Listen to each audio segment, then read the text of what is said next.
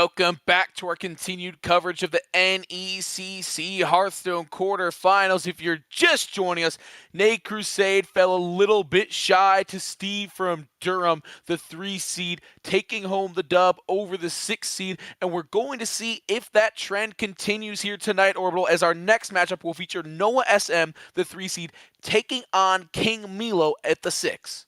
Yeah, we do. And we got some interesting decks to play with as well. And so far, the 3/6s have kind of laid out as we thought, right? 3-1 over to the side as Steve came away with the victory. A little bit worried, right? We had a little deja vu, and who can blame us, right? In the first match of the day in the Challengers Division, we are now moving into the Champions, I believe, here for the third match, which you will see here in a little bit. But Clarence and Sasajiro kind of caught us by surprise. So we were a little bit excited to see Nate Crusade if he could come out with the victory, but unfortunately, he did fall just a little bit short. Yeah, absolutely. And you said some interesting lists indeed. I've got my eyes on NoahSM, who we got the chance to cast a few. You and I believe, cast, and has 5 lists right now. So I'm not sure which one is the imposter list.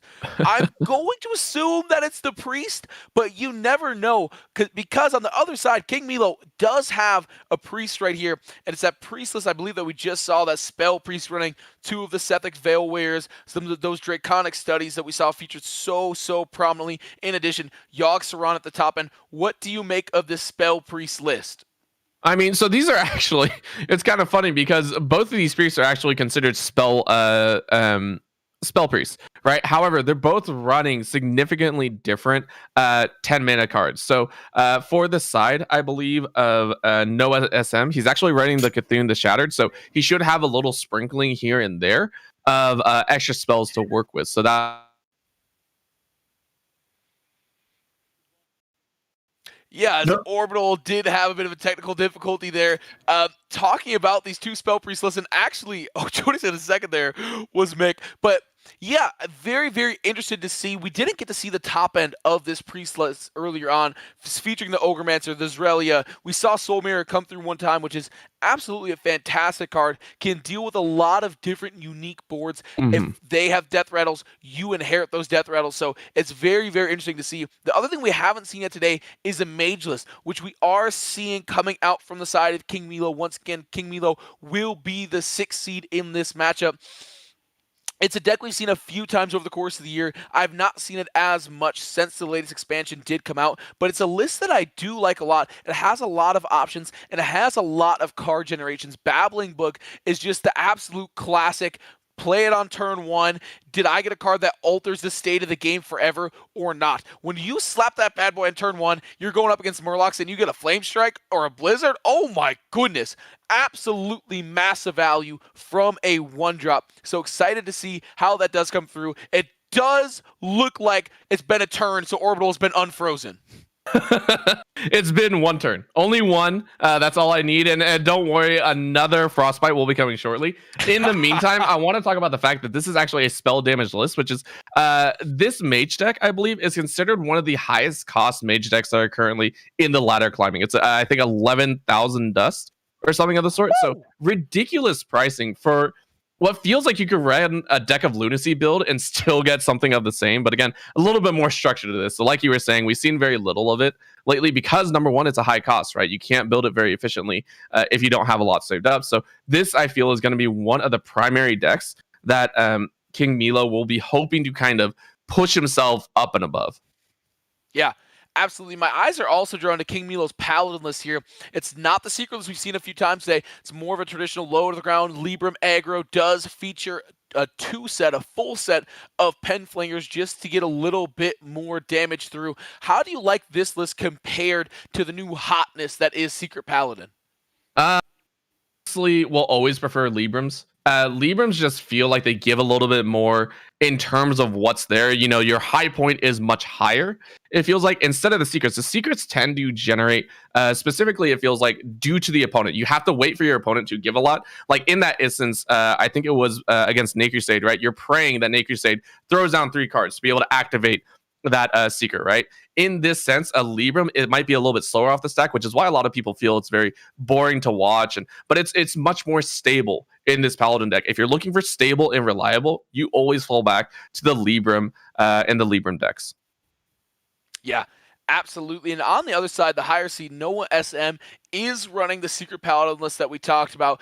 Also has this warlock list. We've seen warlock twice today, but it's gotten banned out both times. What tickles your fancy about this particular control, pretty top heavy warlock list? Personally, as someone who used to play a lot of handlock, seeing Lord Jiraxis in any list just tickles the deepest part of my soul. Let me just talk a little bit about my rank, because some people may not know. I am bronze 5, if you want to call it. Proud of it. Proud of it.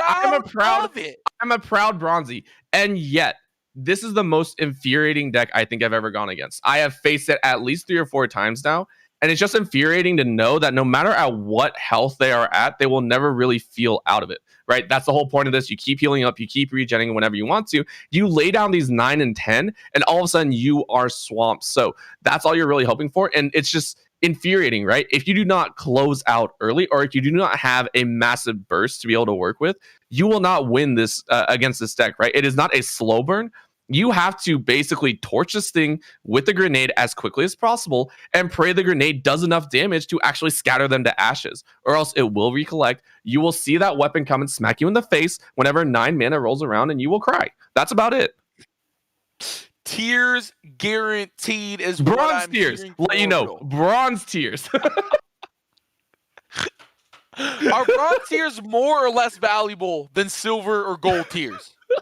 That's what I need to know, because I'm just saying, I feel like bronze players are a little less salty on the whole, right? They're new to the game, but like if you're gold, you're a little higher. I think those tiers might be less valuable, right? Like there's fewer bronze tiers. I'm just saying the scarcity of bronze tiers is high. Orbital, stream, capture those puppies, slide them on eBay, guaranteed those are selling for some big bucks.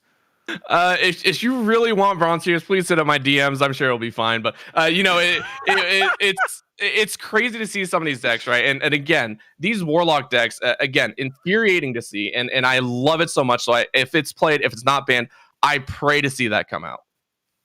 Yeah, absolutely pray to see that one come out indeed. We have this match, NoahSM, the 3 seed, taking on KingMeelo, the 6, coming at you ahead. Do not go anywhere. I repeat, stay glued to that chair. You can swivel. You can go back and forth, but don't get away from your monitor, because we've got more fantastic Hearthstone action coming up right after this break.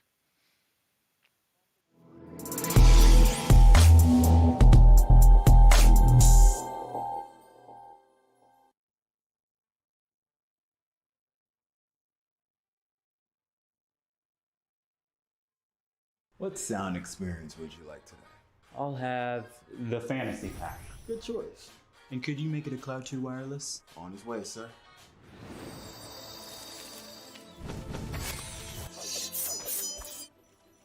Sounds amazing. Wow.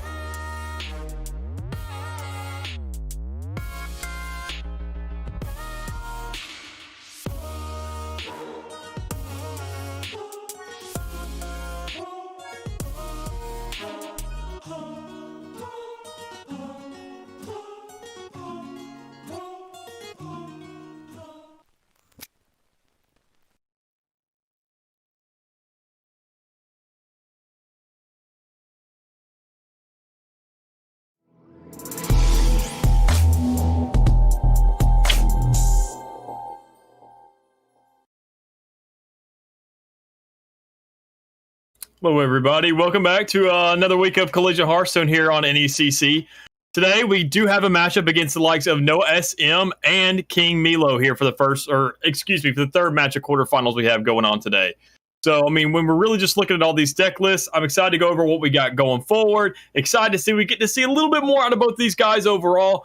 You know, kind of get a little bit more of a diverse matchup when it comes to what exactly is being brought to the table. But I am exactly joined today for these next two matches by Coach Jim. So, lovely Coach Jim, how are you doing today? I'm not bad, Mick. How are you doing today? I'm doing great, man. I feel you. You know, I know you mentioned before coming into this, you said you've had a busy day. I've had one myself, man, and I'm just excited to, give a little bit of find the eye of the storm here today with a little bit of Hearthstone casting. Hey, nothing wrong with a little bit of Hearthstone, and nothing wrong with a busy day either. It beats being unemployed. That's true indeed. But speaking of being unemployed, these guys, I mean, they're not unemployed when it comes around to this whole series. They've definitely shown up. They've worked. They've gotten themselves to these stages of the game. They've gotten themselves into playoffs now. I mean, just looking at what's being brought to the table, I'm loving the fact that it's now best of 7. We have a lot more going on now. We have so much more to bring to the table. And when it looks at what exactly we got, we have 4 deck lists instead of 3 for each player. So NoahSM, I mean, we've already kind of got these bans coming in, but I'm sure we're still probably going to be getting a ban match to reveal it here for the viewers. But when we talk about what we have so far, we're seeing a little bit of copies here because with these recent nerfs coming out in this past week, with Janus kind of getting a little bit of nerf here, which is obviously the biggest one. Deck of Lunacy going from 2 mana to 4, going from Janus going from 5 to 6. I mean, it just seems like a couple mana gems here and there, which is, I mean, it's kind of allocated fairly small. But I mean, when you look at these 2 cards being such critical factors and cornerstones for the no minion mage, or even just control mage at that, Deck of Lunacy mage, no matter who it is, you're going to be running these 2 cards right now, and those nerfs are just going to be huge going forward.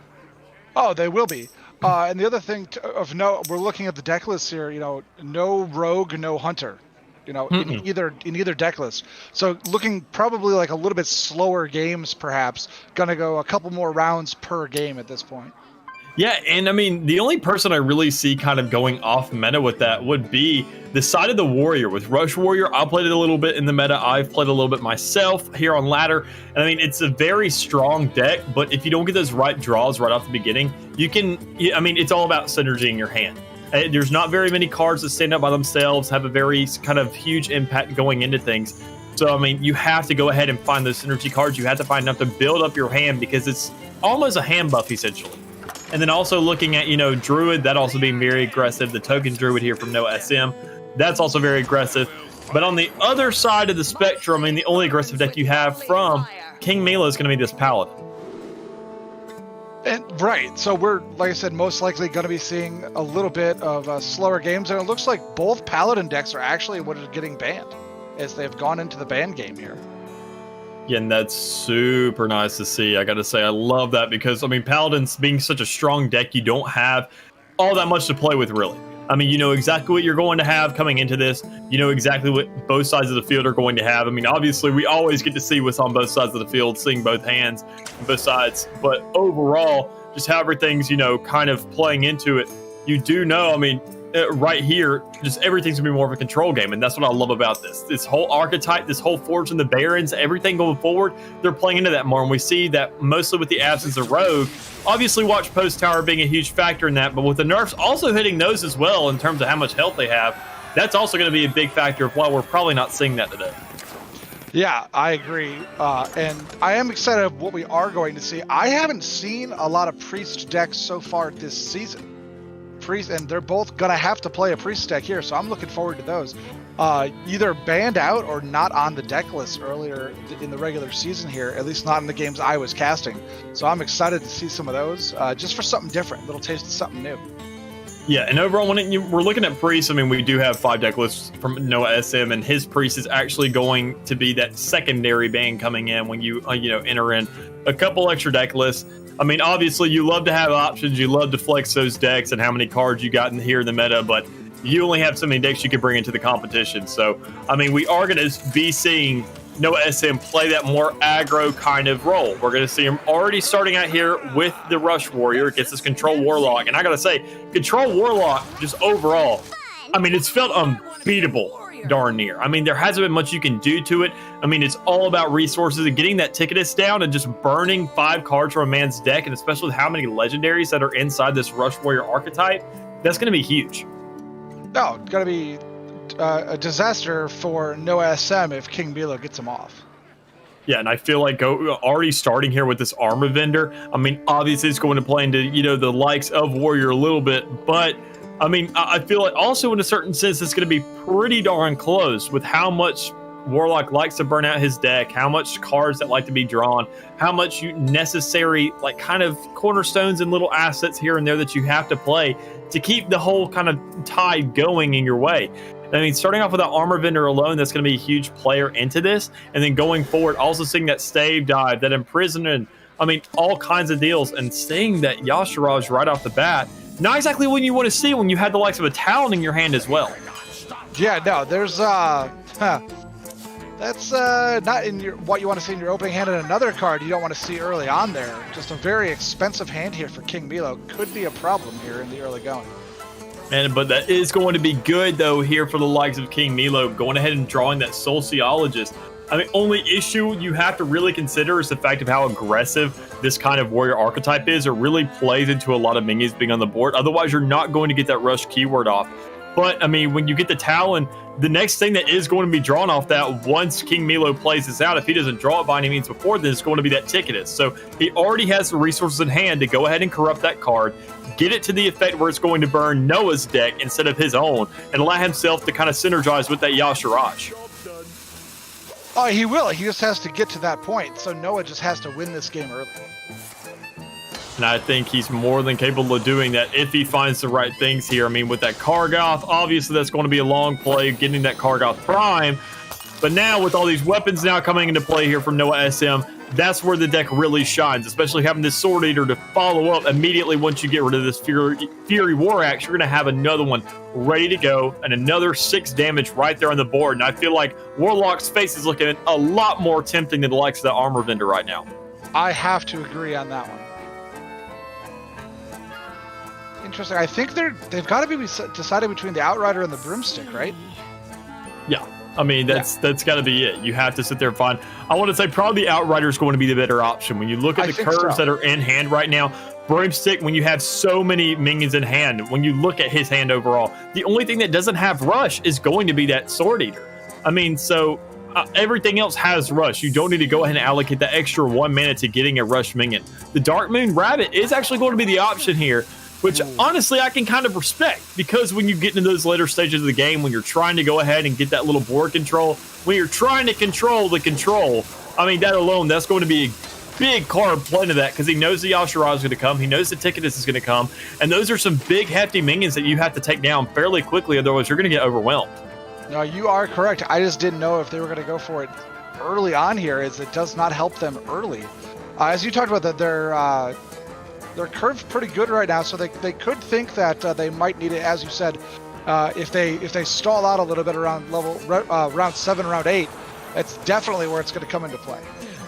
Yeah, and the Spirit Jailer coming out right here is going to give a little bit of value to that Sociologist. With only 4 turns left, especially with these 2 Void Drinkers that are going to be in KingMeelo's deck list, that is also going to play into his favor, making that Joker a lot bigger.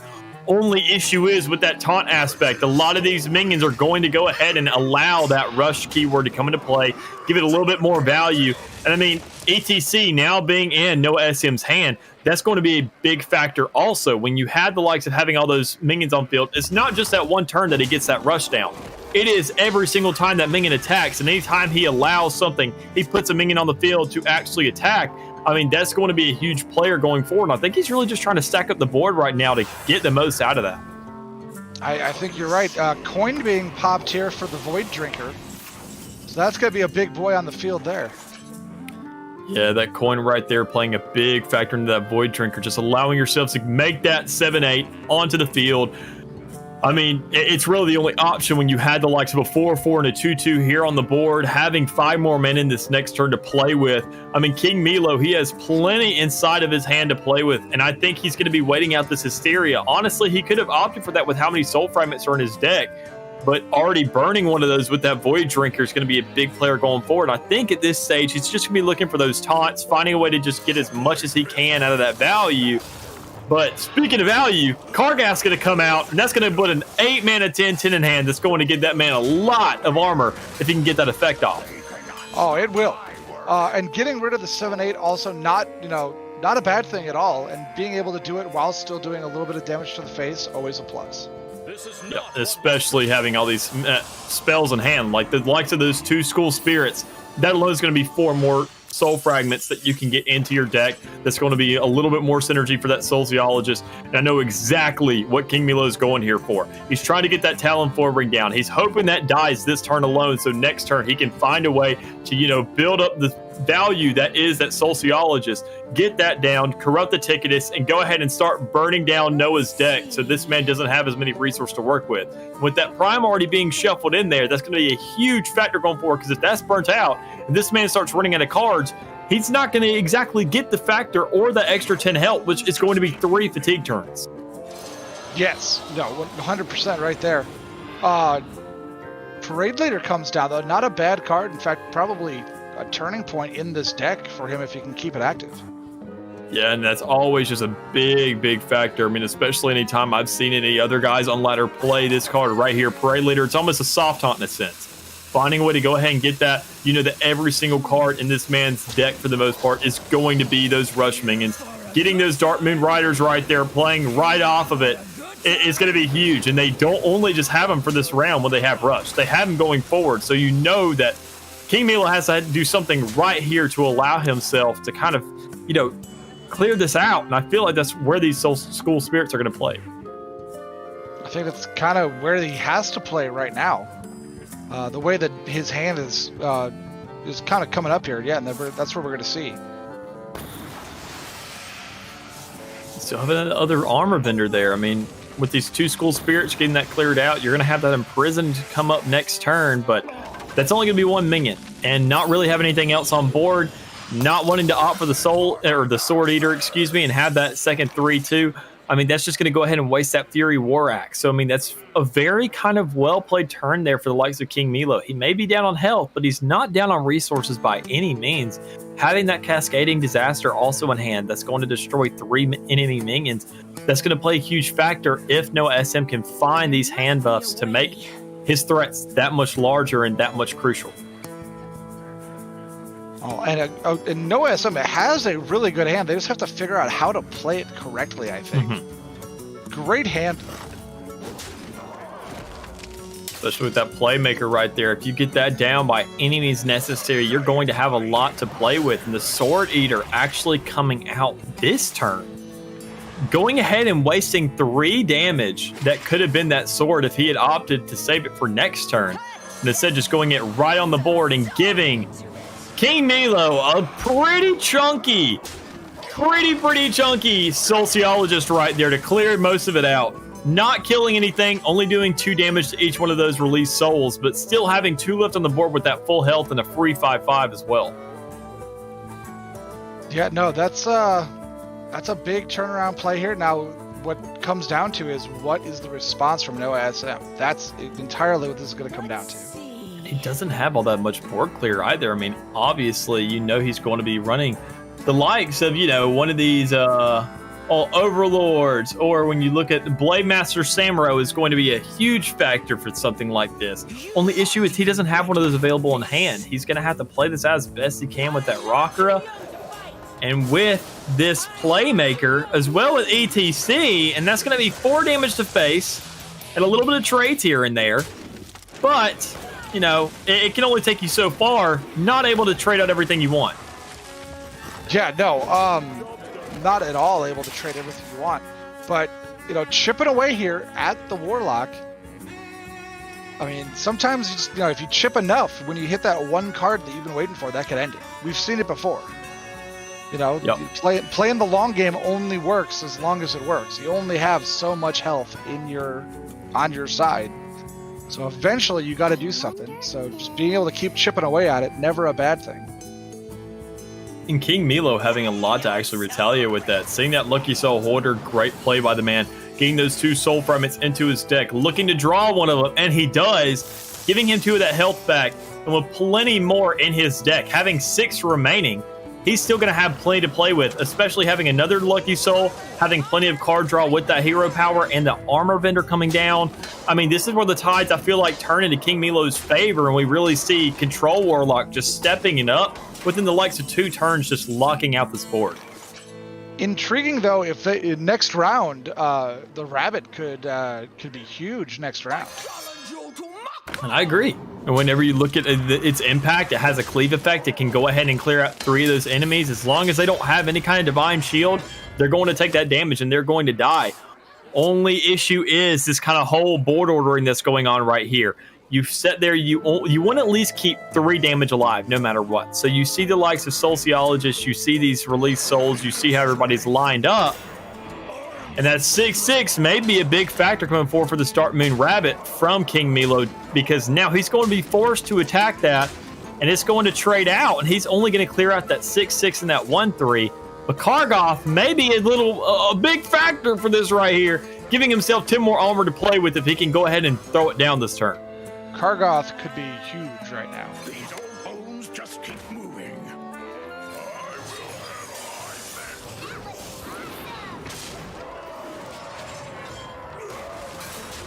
Okay. So we now see NoahSM looking at the likes of 22 health. That's obviously going to be huge for the guy.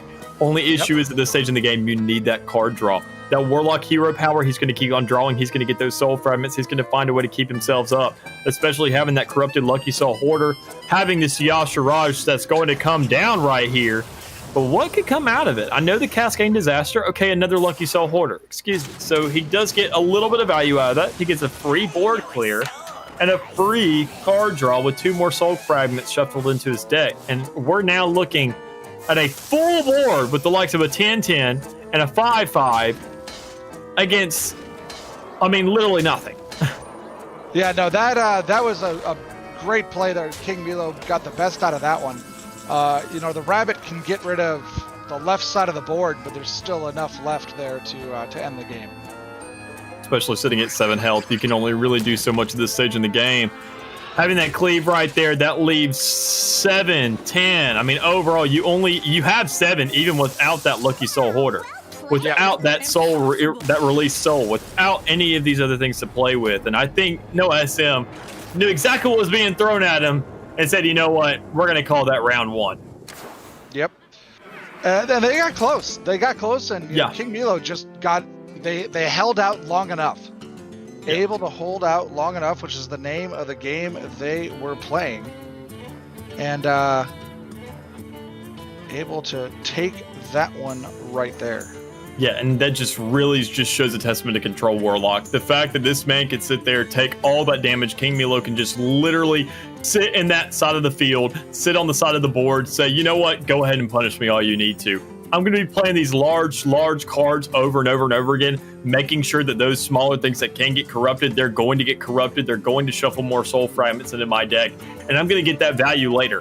Whether or not, you know, it's finding one of those Void Reapers, finding something, finding a taunt, a 7/8, or even getting a Ticketus, getting that Yashiraz or a Cascading Disaster. Any of those are going to play into your benefit, because you're not only just getting one resource out of that, you're getting 2. You're getting that soul fragment, that health back, plus whatever kind of effect you're getting from the corruption. So, I mean, with that now being out of the deck, I mean, this is where it really kind of flips, because we now see NoahSM wanting to run this. Well, and what's interesting, I mean, you know, it's such a good deck, but KingMeelo can only win with it once. So he's got to win with the rest of them as well. And I think some of the rest of his decks might have a problem with that warrior. It played well. It played very well. Yeah, I completely agree. Didn't have enough. Just didn't have enough at the end. But it those played early very game well. draws. Yeah, it really came down to those early game draws. We saw there in the mid game, he had a lot to work with. He had plenty to play with overall. His hand size was looking fairly good. Only issue is when you're facing that Warlock, he's going to close it out fairly easily. This Mage maybe not be the best matchup either for something like that, but Control Warlock to go ahead and use it for this round alone is going to sit there and play into your favor, especially when you're running those Ogre-mancers. You see that right there. The 5 costs 3/7 every time your opponent casts a spell, casts a 2/2 skeleton with taunt. I mean, when you're facing Mage, you're going to be seeing spells and spells and spells and spells. And that's always going to be a huge factor because you don't want to sit there and fill your opponent's board for free. And right here, we're going to see the Soul Shear coming out. And we're already going to see some Soul Fragments being shuffled in that deck with NoahSM cashing in on thinking he's going to take some health here in the next couple turns. Unfortunately, he keeps drawing high-cost cards. He's got to get some lower draws, otherwise he might be in a little bit of trouble. And he does right actually there, execute that. The draw there gives him exactly what he needs. Exactly what he needed right there. Yeah, Armor Vendor going ahead and giving him that extra that's going to play off to the health, and then that Lucky Soul Hoarder. I mean, that's plenty to work with. Oh, yeah.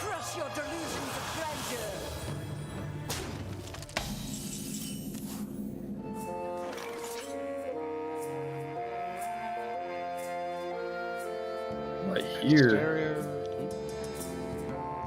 Yeah, I was going to say Hysteria could be nice there. Only getting 2 off that. I mean, only getting those 2 minions and especially getting a prime out of that. I mean, that's a big play. Don't get me wrong. Only deal is you got to sit there. The biggest threat that was from both of those minions was having that spell damage. And when we can see that, you know, KingMeelo has a Ra's Frost Whisper in hand, that's a big play. Going ahead and not getting that effect off yet, getting that extra 2 damage, but also getting a fairly good pull right here with these spells that are coming up. Only problem for KingMeelo here is that Grand Finale, that's not going to be his option. He doesn't exactly have too much to play with. The Combustion is going to be the whole route he kind of goes for. Understandably, it's the best option out of that. You get 4 damage to a minion for, 3 mana, and even if it overkills, it spreads out to the side. Only deal is he's got to deal with this Ogre-mancer going forward, and now anytime he casts a spell, that's where I think the Devolving Mist is going to come out. Yep, I've seen it too many times on ladder, man. I've had it happen to me one too many times. But it may not hit. Oh, and it does on the last one. But this Combustion could come out along with the Shooting Star to really give this man the edge he needs. The only problem is, and we're talking about this, we could see both sides. We can see both hands. For these players, they have to play with what they can see. And so that's what makes it really easy for us to sit here and talk about it. And we talked about, the Hysteria, he could have saved it, he could have used it. But he doesn't know. He doesn't know what's in hand. He's got to look at the board. Ogre-mancer coming out again. Armor Vendor coming out again. So I think NoahSM's sitting in a pretty good spot right here. Yep, I completely agree. Even KingMeelo as well, having that second Devolving Missile, not already having some form of counter to the second Ogre-mancer and it hitting it twice, giving him a 3/7, albeit that's a pretty good option for what you could have gotten in terms of, 3 drops. Yeah.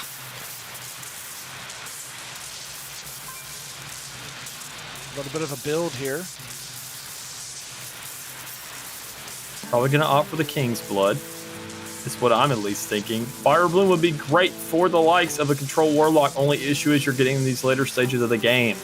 That 3 damage it's going to tick down a little bit. It's going to do something, but it's not going to be exactly what you need. Wildvine, you're not going to have that many minions when it comes around to mages. So you are going to see the Battle Cry draw 2 cards come out, that King's Blood come down. Only issue is, it's great with that rush aspect, but you have to go ahead and clear out this board a little bit. You need to do something right now. You need to do something this turn, and just having a singular 3/3 to play something, not exactly the best stage when you have the likes of 6 damage sitting in front of you, and Lord knows what else NoahSM has. But now he's going to be told a Sociologist is one of those things. And I thought he had more than 2 fragments in his deck. I thought he had more than 2 in there. My bad. No, I was he only wrong. used that singular Soul Shear there at the beginning. That's right. That, 2 costs. That's right. The Hoarder's still in hand. The Hoarder's still in hand.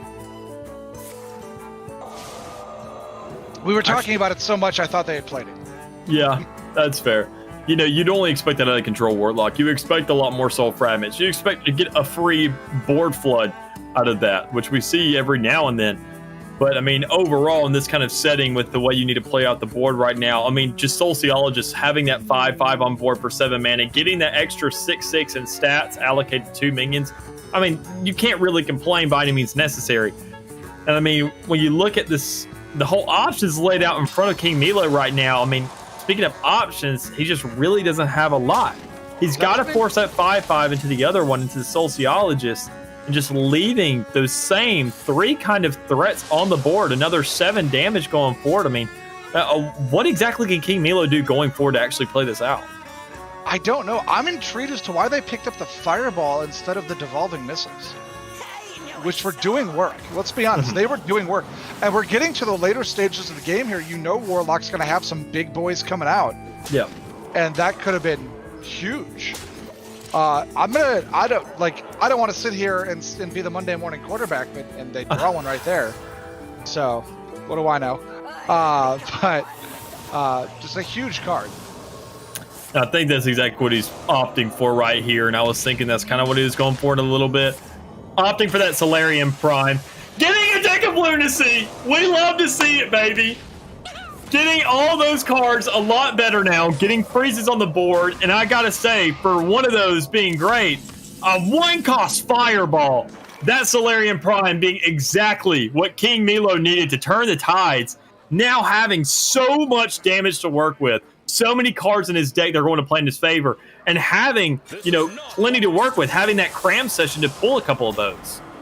Man, just sad, like, so random. Like, the RNG on that is crazy. The RNG there, take a bow, KingMeelo, for the RNG. Frost Whisper here? That would be an interesting call. At this stage of the game, I gotta say that Firebrand is looking mighty juicy right now. When you're trying to get that Divine Shield down from Talon, when you have that almost free Fireball in hand, you got plenty to play with. And especially with the likes of an Astromancer, with that lab partner, he's going to stack up that cram session to draw 3 later, so he doesn't want to go ahead and throw that down right now. But with plenty of options in hand, a little bit of, you know, damage across the board and 21 damage to work with, it's going to offer that Devolving Missiles, rob NoahSM of that kind of card draw that he was going to have, and kind of getting rid of a little stats as well. Still plenty of board presence here, though, for NoahSM, though. Wow. Not anymore. Wow. Not good clear there. And not opting for the Twisting Nether. NoahSM. I understand the reason, my guy. Finding that Ross, finding a way to clear it out constantly, but these spell damage, this is major dealing with, baby. He's going to ping you out with that. That you saw the deck of Lunacy go into his deck. This man's got plenty to play with. He has a free Fireball in hand. He can get a free draw 3. I mean, that Strongman just isn't enough. Not enough, no, but it's gonna get interesting here. I think it gets interesting. I think it gets super interesting here. I think the next 2 or 3 rounds are gonna be super interesting. Yep, he had to opt for that cram session. Good call here. That 2-cost Apexis Blast. Oh my goodness, Meelo. The game is handed to you at this point, baby. You got a free deck of Lunacy, and you're getting all these insane spells with the spell damage right here. I mean, he has 15 damage in hand for 3 costs. Yeah. No, that's when you know RNG's on your side. That's when you just know it for a fact that RNG's on your side. Twisting Nether's got to come out this turn. No way it doesn't. Oh, yeah, there it is. There it is. Okay. And with that, I mean, I got to understand the Jiraxis pick, because now that you're in this stage of the game, you got that Inferno going down. You get a free 6/6 on top of that Twisting Nether you just had down, instead of just getting a board clear and getting a minion here or there. I mean, it makes sense in rear view. Only issue is how many Soul Fragments are now inside of NoahSM's deck to buff out all this damage coming to him, which with that Consecration, and it doesn't really matter. You sat there, you let the spell damage sit on board, and I gotta say, I mean, obviously you're looking at the long game, but letting that spell damage sit for even 1 turn is going to be crucial, because that man got 3 card draws out of that. He got another Lancer Prime. He got all kinds of deals just playing into his favor. Got those Fireballs, got this Apexis Blast, just plenty of resources. I mean, that was just, I mean, once you sat there and saw that deck of Lunacy, it was over, and I was excited to see it. Like I said, though, like KingMeelo was not in a good spot, and RNG decided to bow in their direction. Yeah. I mean, because it was not a good spot for KingMeelo there. That was not the spot they wanted to be sitting. So now sitting at a 1-1, or no, excuse me, a 2-0 for the series. I'm sorry. I'd sit there and do all this simple addition, but yet sometimes it kind of sways my mind. But overall, just looking at how these guys are playing everything out, and now opting, which we do see now, this Priest coming out. NoahSM having to go ahead and get a deck off the board, having to win one of these matchups. And I mean, there's a lot less RNG when it comes around to this Control Priest, the Spell Priest. There's so many names for it because it integrates so many different factors from so many different kind of archetypes. At this stage of the game, this is really going to be interesting how they kind of choose to play this out, because it's almost 2 control archetypes playing it out. Only deal is Warlock has a lot more minions to play with. Warlock does. I agree there. You saw NoahSM throw their entire hand and go for the redraw, and it worked out for them because they had a 5, a 5, and an 8 drop. They picked up a 1, a 1, and a 3, and then got the Ogremancer as the first top card anyway. So, wow. Nice dragons. Big dragons right here. I think Alexstrasza may be the move, or the Malagos, because obviously Durham, not the play here. But Alexstrasza obviously being a huge pick because, I mean, with the way the card's been revamped with the new season coming in, you don't only just see that, set health to 15 kind of deal. It is a damage dealer and it's a healer. It does it all. It's very flexible, and it's a huge card to have in your hand going forward. Oh, yeah.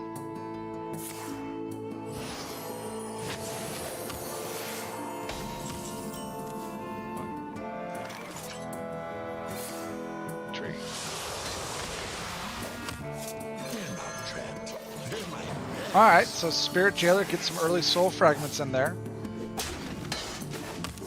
That's what NoahSM wants to see.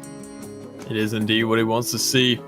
But he also wants to see all these cards corrupted. And when you look at the likes of this hand, Ogremancer being the only option to corrupt those Lucky Soul Hoarders right now, having both in hand already, and just seeing how KingMeelo's sitting right now with so many resources to play with. He has a coin to go ahead and get into Onyx Mage Scribe.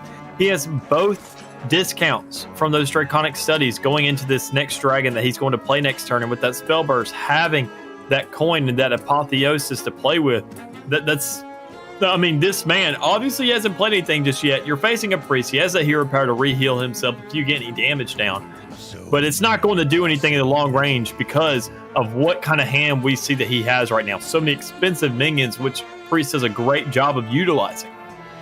Yeah, no, it's KingMeelo has a great hand at the moment. NoahSM doesn't have a bad hand. They just really need to get exactly the plays as they need to play them. So doesn't get the corrupt there, which could be huge later. Options are always nice to have. Yeah, I gotta say that's huge right now, especially having to run this Onyx Mage Scribe. He's gonna go ahead and probably coin this. I know he didn't do that addition right to go ahead and get that 6 mana for the coin. Not opting for it, actually.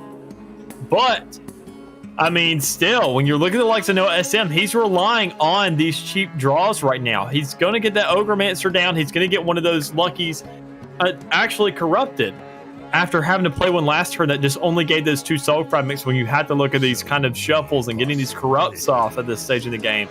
That Ogremancer is probably going to be the play this time around. Yep, there it goes. But, I mean, when you look at Mage, what he's got to deal with, I mean, that's going to be a huge play going forward because you need to get that spell burst off on the Onyx Mage Scribe. Otherwise, you're just going to get all these trades into it because, I mean, Warlock does not have enough damage. So they get 5. Meanwhile, that's a 4/9. And then you need to sit there and keep it alive, which is going to be just way too easy to do with an Apotheosis, with a Shadow Word, plenty of spells to play with. I mean, and that one giving you 2 more. There's going to be plenty in hand to play with in this Holy Smite right here, having an easy little clear for these guys. I mean, KingMeelo right now just looking stacked. Oh, yeah. Has everything they need in their hand. Like you couldn't sit down and write up a better hand right now. Yeah. Like if you sat down and said, what do I want? What 9 cards do I want in my hand right now? You couldn't write it up better. There's 3 more to play with that Raised Dead, getting another Onyx Mage Scribe, being that first minion played by him. If it dies, that's going to sit there and trigger that Raised Dead, and is only going to be the option to play with. And having a focus wheel, that plays to both sides of the field. So he's going to have a free silence there for a taunt if he does get a big enough board and wants to kind of surpass a taunt anywhere. Soul Fragment come out, unfortunately, had no damage taken, so the Soul Fragment, I'm not going to say wasted, but doesn't do anything. Because you had to get him in the deck. So. Yep.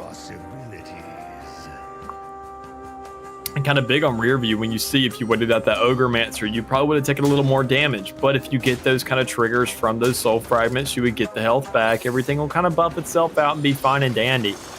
But this stage in the game, when you kind of wait it all out, you let a little the board develop a little too much against the likes of a Priest. That's a huge threat going forward, and especially still having that 4/6 to play down, to throw down, and getting all these trades, having to utilize so many cards to play into it, and getting 2 more Soul Fragments into your deck, sitting at max health. I mean, this looks like Meelo. He may be lower on health, but he knows that he's got that life steal. He's got plenty to play with, especially with that hero power.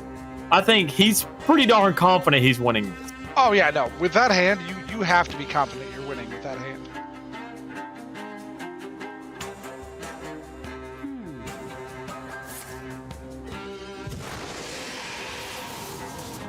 You do see the other come Onyx. on.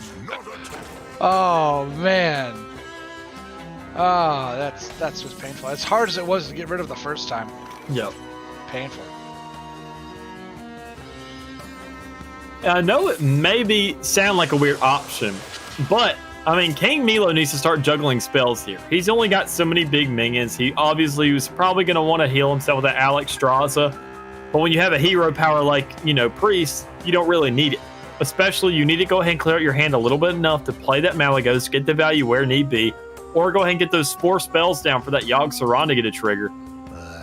I think KingMeelo is going to have to look at this Sethek Veilweaver and this Focus Will, oddly enough, onto that Spirit Jailer, or actually even onto that Onyx Mage Scribe, giving them that extra health, finding just ways to play the field and give it a little more to play with going forward, because he needs to clear out this hand a little bit and get either some kind of synergy going, because we see great draws, we just don't see impactful plays. And I think Warlock is trying to set up for something here, and the longer you let this game drag out, the more resources he's going to get to play with. Yeah, I'm trying to figure it out. There's something there. There's something there. I think they could put so many shards into their deck, but it just might not be enough with the hand that KingMeelo has. Desperate prayer, being just absolutely huge right there, giving something to both sides of the field, getting Mage that edge. You're only going to get 2 from the Warlock there and give himself that full 5.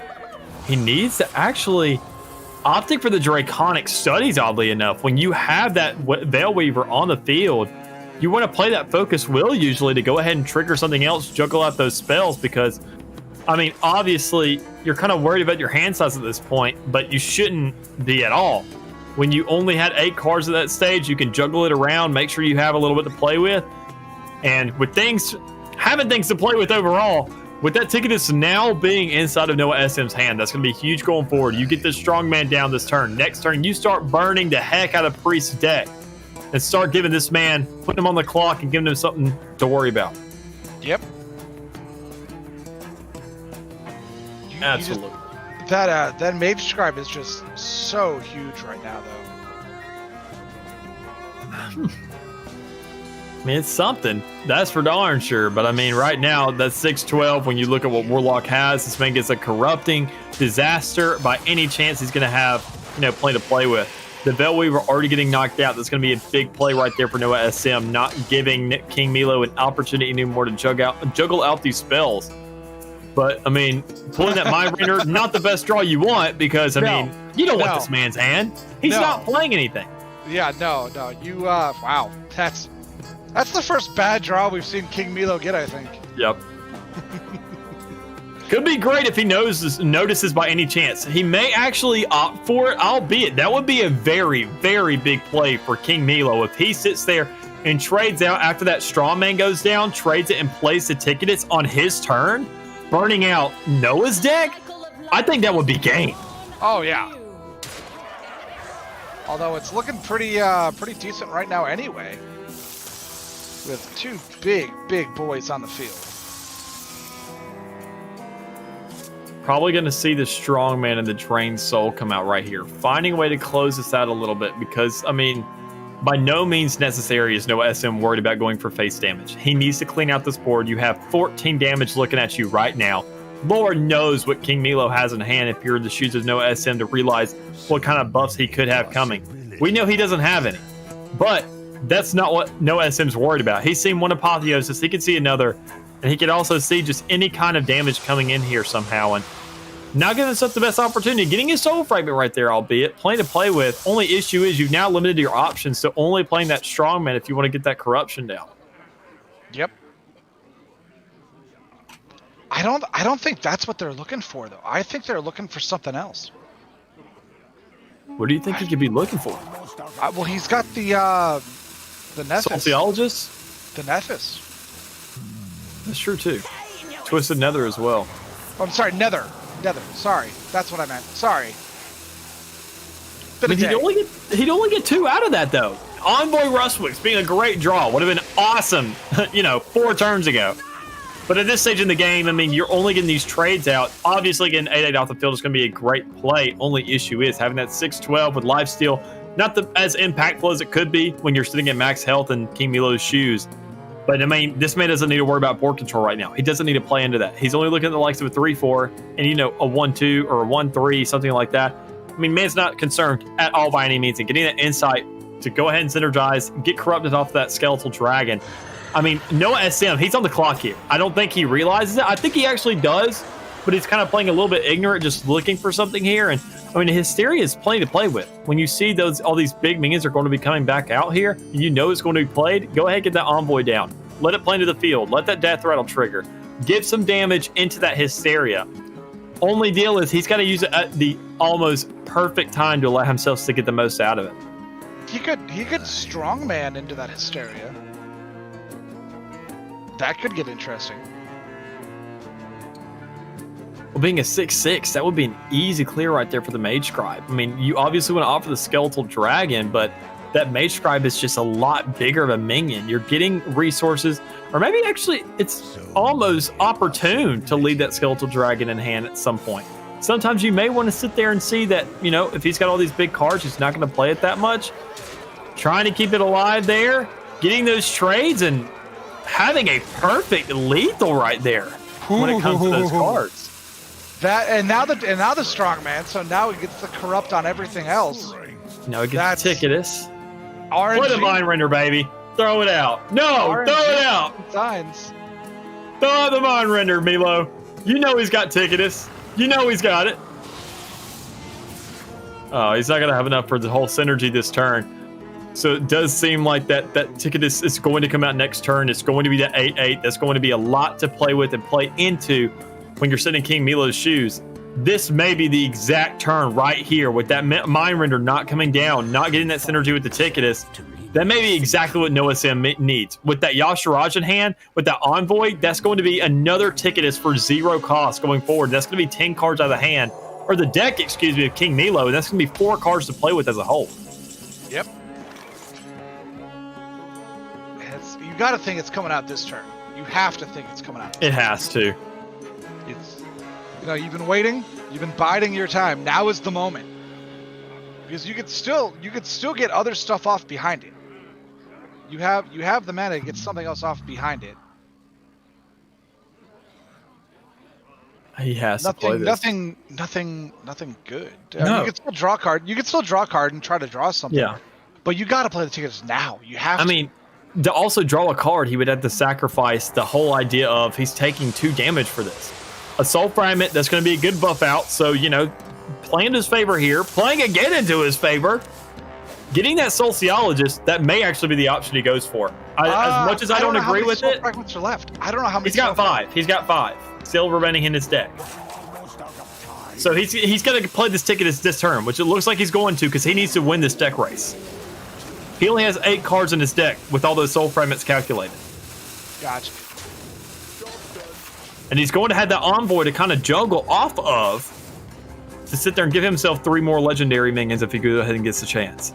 Only issue he has to know with that Yashiraj, you can't sit there if you're in KingMeelo, you can't mind render Yashiraj. That's way too much mana. You're not going to be able to manage that. And I feel like this is where NoahSM making that play right there, following it up next turn, getting a 10-10 and an 8-8 on the board, removing 5 more cards from this man's deck and putting him at 3 or 2, excuse me. I mean, that's going to be huge. Oh yeah. Soul Mirror may be the move here. You have a little bit of control or you have a whole board flood of control right there. And I think Soul Mirror has to be the option. But opting for a death.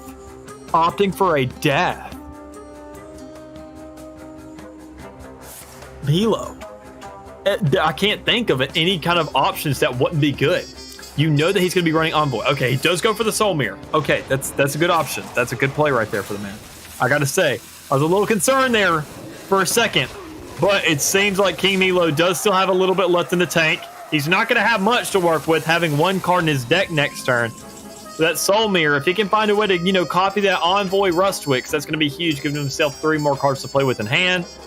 The Sociologist still having 5 Soul Fragments to work with. I think he's going to go ahead and play this out and get that board flood from the man. I think that's a good play here because you're not going to get that full value out of it yet. You're not going to burn the man down to no cards.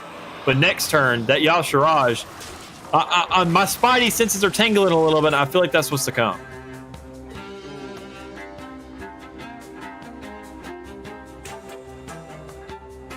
Kind of exactly what he needed there. I don't know if that's the play though. I'm looking at NoahSM's health, and I'm like, I don't know.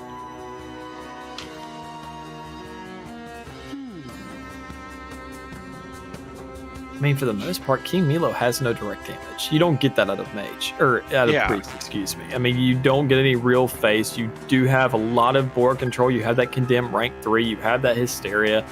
You have the Blade Master. You have the Malagos. You're looking to control the board, not control your opponent. And that's exactly how you win against Warlock. And that's where I feel like that's where this kind of slides. Warlock, if you sit there and let the game play out, unless Ticketus is at the very bottom of this man's deck, I mean, you're not looking at pretty, especially seeing that he has that Yashiraj in hand. Replay it, get those 5 burn. We're going to see 3 dealt to all the minions, getting rid of those released souls, but Blademaster Sumero having to be that second card to come out. I mean, just using a little bit too much resources to have to clear this out here. Oh, just opting for hero power and passing. Yeah, but wasn't he already at 30? Yeah, it's just kind of a BM almost in a sense where you don't have anything to do if you have enough to hero power, especially with Priest, but it's not impactful like Warlocks. You just do it for the heck of it. I think he's waiting for this. And with that Soul Mirror being out, I think he's looking to get a board clear with that alone, and that may be it. That's got to be it. I'm going to call it for NoahSM right here. You got a Yogg-Saron. Now, I'll admit, there is a 15% chance with that Fireball. So Yogg-Saron does have a spell in his kit to where you will sit there and there will be constant Fire Blast, deal 10 damage, cast over and over and over again until the game ends. And there is a small likelihood that KingMeelo can win off of that. But he's going to be taking more and more damage here. He's going to opt for the Soul Mirror this turn alone. Envoy Rustwicks is probably going to come out next turn, allowing himself to get 3 more cards into his deck. I mean, this is where, I mean, he just flipped the table. Just totally flipped the table on this guy for KingMeelo. And I mean, at this stage in the game, you got to opt for Yogg-Saron. That's his only real win condition. I told you it was going to get interesting here, Mick. I told you it was going to get interesting. Mind Render also being an option, I will admit. But NoahSM having that Envoy this turn, And having so many resources to play with, not really being too tempted to play that Twisting Nether and getting all those soul fragments off on that initial draw. Hey, I mean, there's this Nether. man just, he's sitting comfy right now. Oh yeah, he's living high. Oh, and the zero cost strongman is super nice. You know, just to have something on the board. Yep. And I think, almost in a sense, NoahSM did not see that Mind Render burnt. So in the back of his mind, he has to know that KingMeelo still has it. And he has to go ahead and play, some of these larger cards to go ahead and play into the favor that he has the advantage. He has cards in his deck. He has cards in his hands to play with. And he knows about the Yogg Saron as well. And he knows that's got to be the win condition because he didn't burn that either. Yep. Come on, the strongman. It's free. Play the strongman.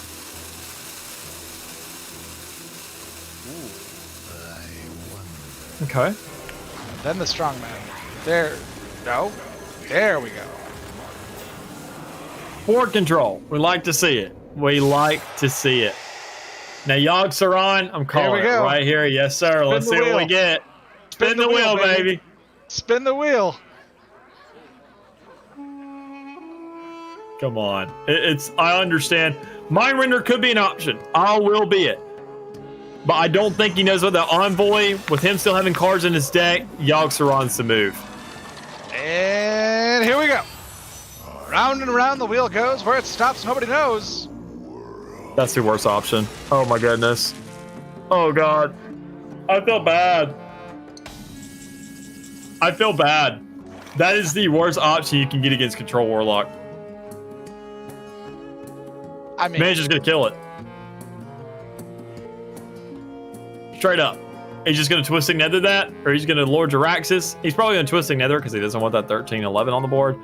But I mean, just, oh my goodness. Oh, I feel so bad. I feel so bad for everybody on that part right there. That was so anticlimactic. I mean, I love that whole aspect. I love the potential of what could have come. And I think KingMeelo, if he sees an Envoy get played this turn, he's going to say, I should have Mind Rendered.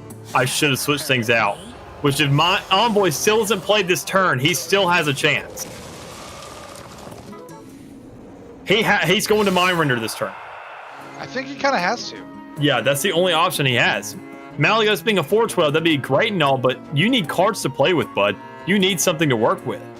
And that would give him 3 more turns. If he can find a way to kill that Envoy, he could find a way to actually trade this out and give him something to work with. I mean, Malgos gives you the spells. But it's drawing spells. He That's has true. no cards That's in his true. deck. That's drawing. They're not just summoned. My bad.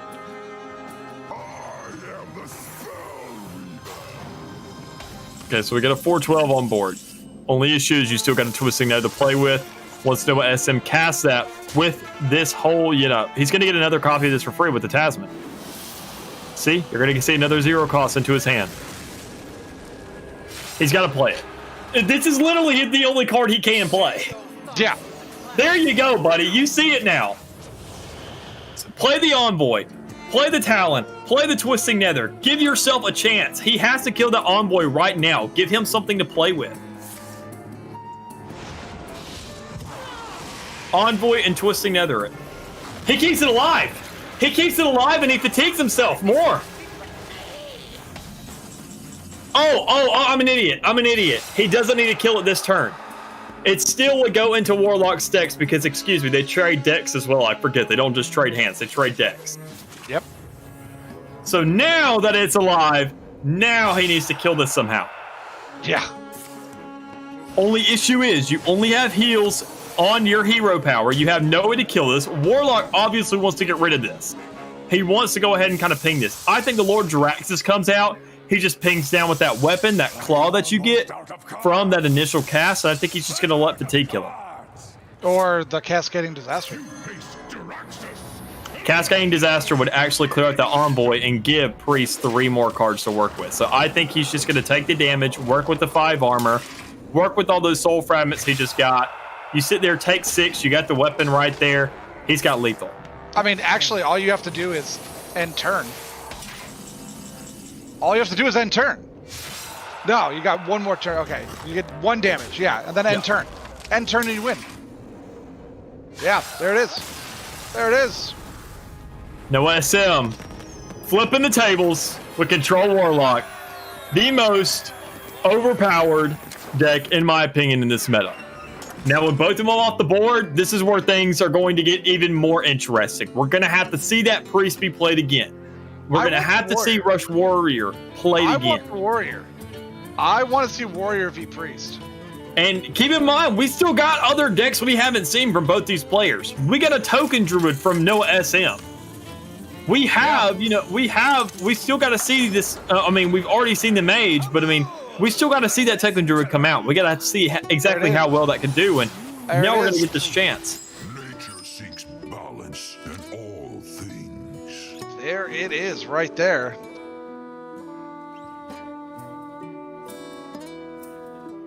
Starting off with the Thrive in the Shadows, a Palm Reading, and a Sethic. I gotta say, these are all pretty good options. Only deal is, when you're facing a Token Druid, you know exactly what this man's going to be running. He's going to be trying to find something to play turn 1, turn 2, turn 3, and turn 4, he's going to be trying to kill it. He's going to try and buff all those minions, make sure he has you dead by 5 or 6. I think Noah needs to throw his entire hand. Yeah, I'm completely with you on that. All those is a little too expensive, and that's exactly what he's going to opt for. That's a much better hand right there. KingMeelo obviously opting that Renew right there, going to play a big factor going forward, but that Thrive in the Shadows is going to be a big play, as well as the Palm Reading. He's going to have to look for board control, and with NoahSM having this Gibberling right here, that's going to be one hell of a start for the guy. Yeah, no, this is the start that he wanted. This is absolute, because and he could Gibberling into a Thorngrowth turn 1. Yep. Just turn 1 with the Innervate and with the coin, he can play that turn 1. That's crazy. That could be a crazy turn 1. Oh. He's probably going to save it up, though, because he knows that he can get that Soul of the Forest off. He gives it till turn 2, or turn 3, excuse me. If he waits till turn 3, he can get every single one of these cards off in his hand. Truth. He might go for the Nature Studies, though, I will admit. Because that would go ahead no matter what he plays.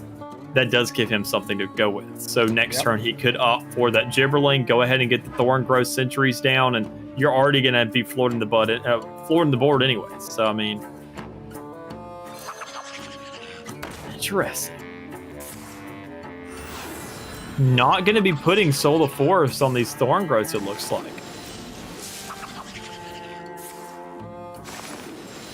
Or he could. No, he can't. Let's go to Nature Studies and most likely go for Stole the Forest, but not exactly get it for those Thorngrowths. He doesn't miss anything, I'll admit. No, that's a solid play.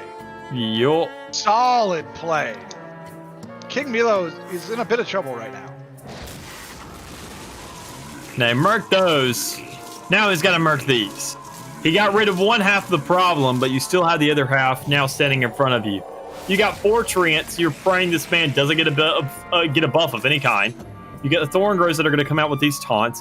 You have a Runic Carving to follow it up. Only issue is, I mean, we're talking in halves right now. KingMeelo got rid of half the problem. NoahSM's missing half of his kit. He needs some kind of buffs to get these minions to stick, to get these Treants to find a way. And Arbor Up would be insane if he found this within the next 2 turns. Only issue is he needs anything. He just has, board development, not board growth. Correct. Absolutely correct there. But still, it's really nice to see when KingMeelo has been on point. So not probably exactly what they wanted to see. Yeah, no. Probably not exactly what they wanted to see there on those 3 cards. Devouring Plague may be the move here for this man. I think that has to be the move. That's going to be it's going to ping a little bit of damage down. You're going to have that Hysteria for next turn, but he goes for a Gift of Luminance instead. That's going to sit there. I will say that it's going to bounce into the Veil Weavers, both of them that you have in hand. Only deal is you have to survive. You have to maintain that, and you don't know what NoahSM has in hand. Yeah, no, you really don't.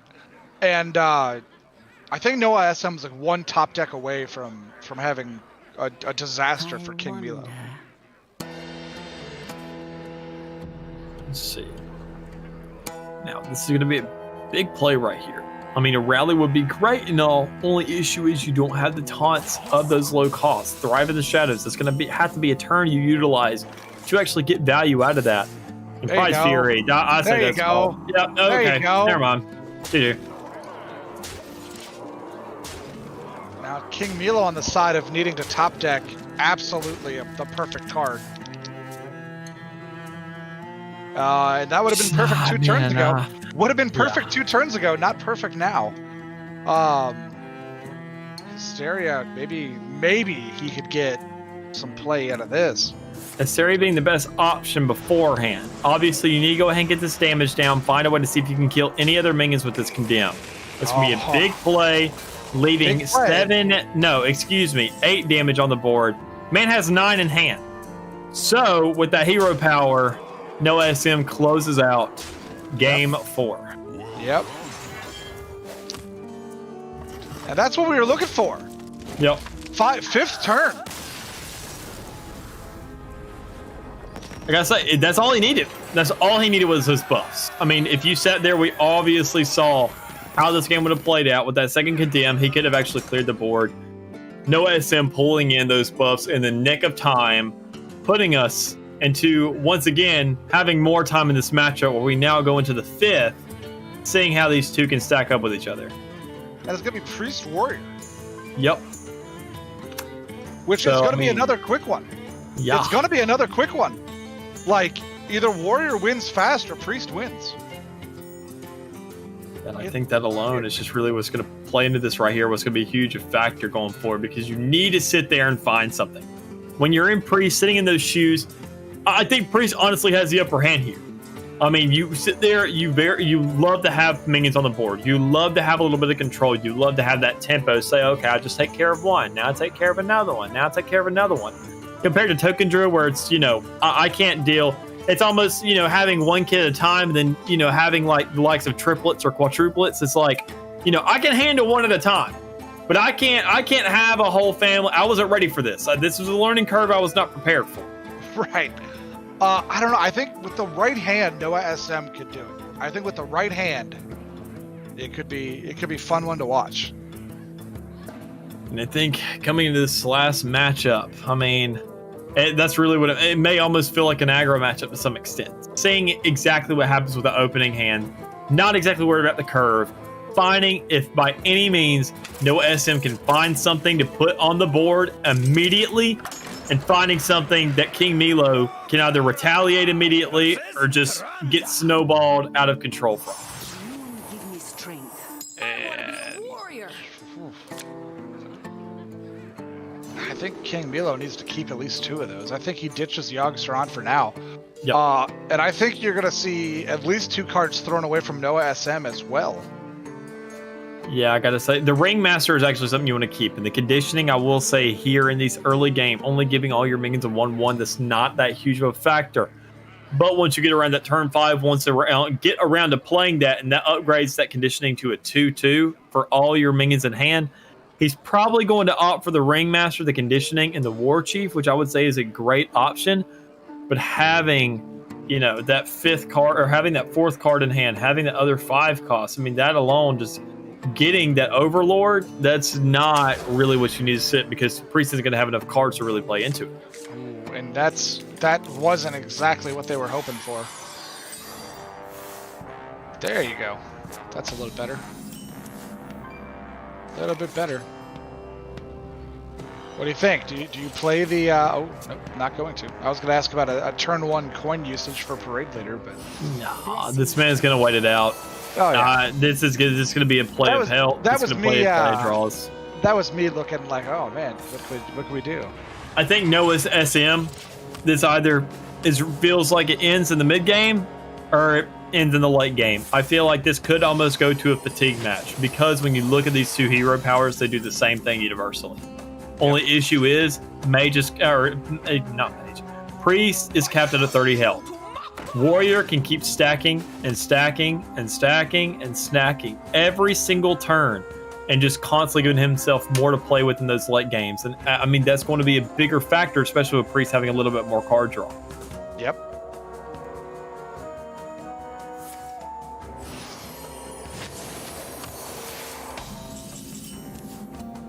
bit slow for a start here, but Very. know, I think that plays into KingMeelo's side. yep, I completely agree. Warrior's going to have to be forced to play something, just like in this case there where he had to play that Warmaul Challenger. He's going to have to clear out his hand a little bit. And with his hand being minions, KingMeelo's hand being spells, I mean, those spells are all just going to take care of those minions. And I think that's really what it comes down to, is seeing how everything can be played out. And I think that's why it's going to get to this kind of fatigue race. Yep.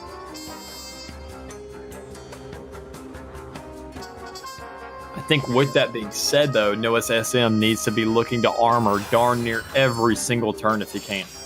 Yep.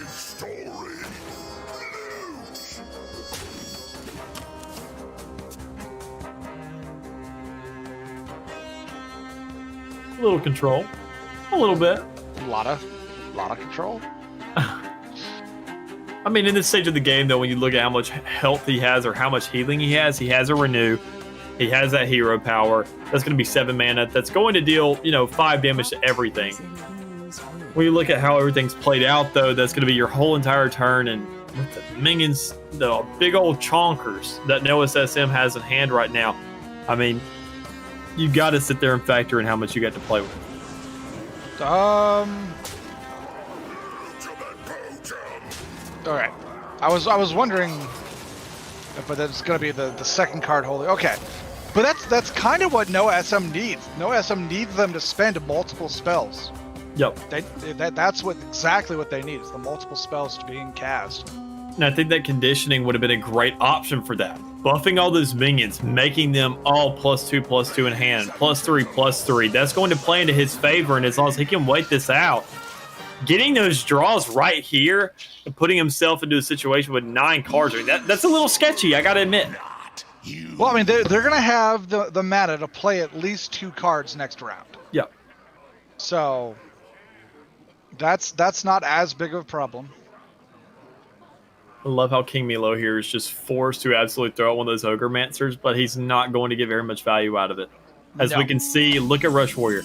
Every single thing in his hand is a minion. There are no spells to be found on that side of the board right now. Yeah, no, I think at least 3 spells get played, or 3 cards get played this turn. I think that's a fair assumption. I think you get the Imprisoned. I think you get the Bumper Car, and I think you get Playmaker down first. Playmaker, then the Bumper Car, and then see what's going on. I don't think he's going to play the Bumper. The Bumper, you get way too much refill back into your hand. You have a little bit too much distress. I do have to say, waiting on that Playmaker, going ahead and getting one of those Stone Malls down with another card, that's exactly what he needed. He's going to maintain that hand. He's going to maintain that little draw right there. Only issue is he has to think about this long race. He is now losing this draw race. He is sitting at 16 cards in his deck. Meanwhile, KingMeelo has 20. Obviously has that Malagos, but he can opt to not draw it any time he wants. This may be where the Bumper Car comes out. Yep.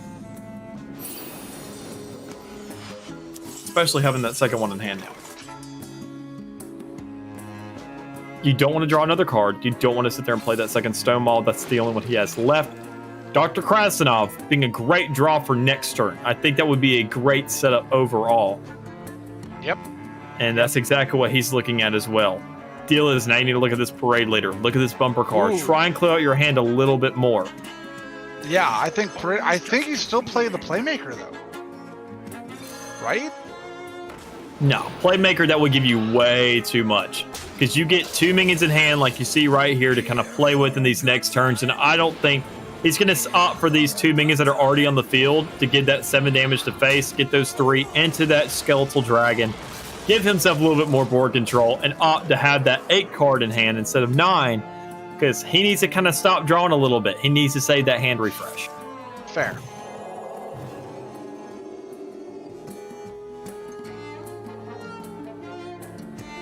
A Raised Dead. Probably the option. That's got to be the option. Got to be the option right there. Shadow Word Ruin, I will admit, would obviously be a great choice against the likes of a Control Warlock, but Warrior just, none of those threats are huge. It's just a lot of small threats, a lot of medium-sized threats, and the only time they get bad is whenever you get those conditioning buffs. But and right now, we just don't see enough. That's what he took, though, was the Ruin. That's what he took. I think that's a mistake. I'm going to sit here and play the Monday morning quarterback. I think that's a mistake. I gotta say I'm with you on that, because you're going to see if he gets a conditioning, he's going to play that into his whole hand. It's going to play onto every single minion. He's going to be throwing down threats every single turn, and that's just going to be one board clear. By that time, the dominoes, the collateral is going to be way too far past your control. Well, and Dr. Krastenov can now come out. Make that a 4-3. Let's see. And it clears out Zrella. I think he may actually be waiting for a playmaker or something of the sorts of that. Yeah. That may be what he's doing, because he could go up for that. He can play that 2-2. right now. He could play that right now. He doesn't get the full value out of it, though, because that Krasinov would go ahead and kill the Zerella, and you don't have another copy to go ahead and play into it. But that may actually be what he's going for. That could... Only issue is he has to consider, will that second one stay alive? And I don't think it will. You're going to already get that 2 durability out of it. Either you get 1 right now or you get 2 later. And he's going to offer that 1 right now, guaranteed at least, gambling on whether or not that second one's going to stay alive. I like that play, though. I like that play. I think that's an absolutely solid play. Now, do we see the Holy Smite with the Blade Master Samurai? That would be just enough to kill that Krasinov, but you don't have enough to play into that Playmaker just yet. It's only going to be 1 damage to all those other minions with Blade Master's attack right now. Draconic Studies is a good play right off the bat, figuring out what options are going to be handed to you. But there just doesn't seem to be enough. He's going to play probably that Blade Master and that Holy Smite to, give a little bit of control going forward. Holy Smite wouldn't clear this out. Alex Straza, great option. I think you save it for the heals. Yeah. Yeah. I wonder. Holy Smite on the Playmaker? Excuse me? And the Playmaker He lets it live? The Playmaker was going to get interesting. I'll tell you that. The Playmaker was going to get interesting if you left it out there. Okay. I'll be darned then. I mean, you have 2 great threats on board. One only plays into a weapon that's going to eventually break. Playmaker, I'll agree with you on that. That will stick around forever. That will play into every single other minion you have in your hand. Heck, you can even throw out a second Playmaker and you get a free copy of all your minions.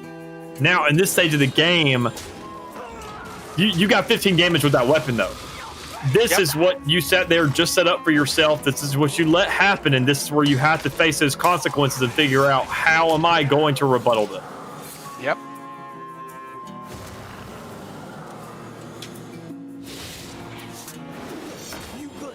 Six extra damage every turn. It's just, oh man. Oh yeah, this gets interesting right here.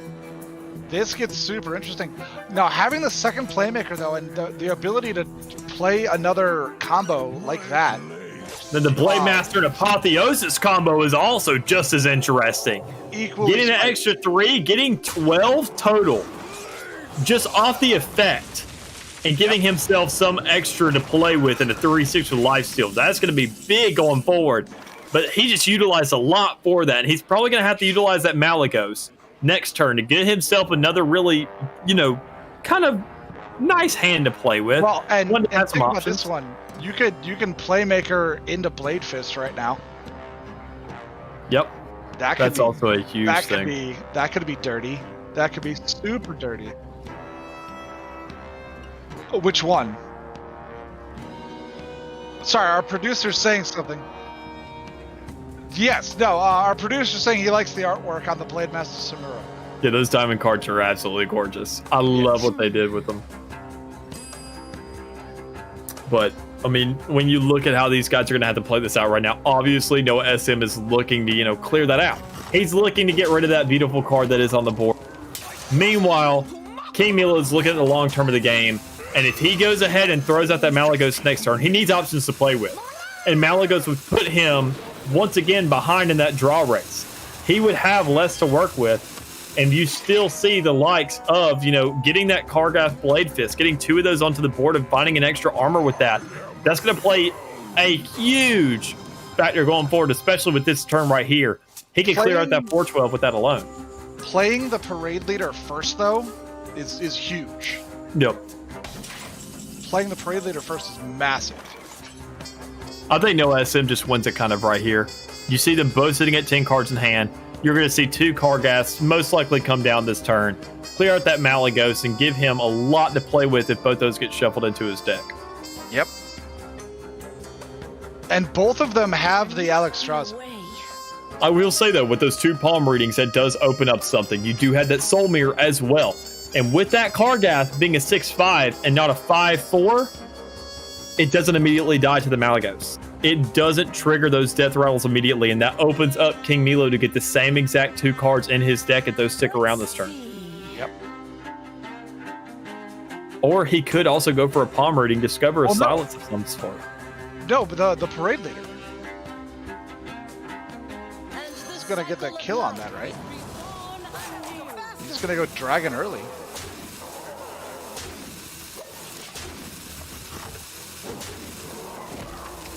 Okay. I'm a little lost now, and I gotta say, I'm happy I'm lost. I don't know what either one of these guys are setting up. No, he's NoahSM's setting up the fact that he has the Sword Eater. He's got the Sword Eater in his hand. That's what he's setting up for. He has that. I think though, you've gotta. He's obviously opting to go ahead and set himself up for lethal. Forcing himself into a situation where he can get that. With that parade leader, that's going to be a great synergy right there, allowing KingMeelo to kind of flip it out overall. I say, yeah, give the Apotheosis to one of those minions, possibly to the, to the Malygos. That's sit there and give you the most health to play with. No, you got to go for the Apotheosis. You have to. On something that can attack. Yeah. There you go, buddy. There you go. Trade in that, yes, into the War Maul. You give yourself that Crab Rider, trade to that, get a clear board, boom. You just evened out the game right now. Now, at this stage of the game, NoahSM, you've utilized your Soul Mirror. NoahSM knows he has fished that out. He has gotten that fish out of the water. He doesn't have to stress about that being a predator anymore. He has a Playmaker. He has 2 Kargaths to play with. He can shuffle those into his deck, especially with how much damage he has. That Playmaker doubling both those cards. Going to be huge going forward. I think this is where he just kind of plays into the fact that he's going to give himself a deck upper hand. Only problem is with those 2 palm readings that KingMeelo has that he hasn't factored in, he can discover another Soul Mirror. He could. But the Malygos does kill now. Yeah, now it's death. You're going to trigger that death rattle. You're going to get that man plenty to play with. You're going to heal him fully in the meantime, but you're sitting at 28 health. That's not your biggest concern. Yeah, that is a little concern, and you're going to be able to play so many rush minions. And with that War Chief right there, with the Overlord Runethok, that's going to give a 1/1 to everything. You have a conditioning somewhere in your deck that's going to give you another buff. You're sitting at 10 mana. It's going to be a +3/+3 to everything in your hand.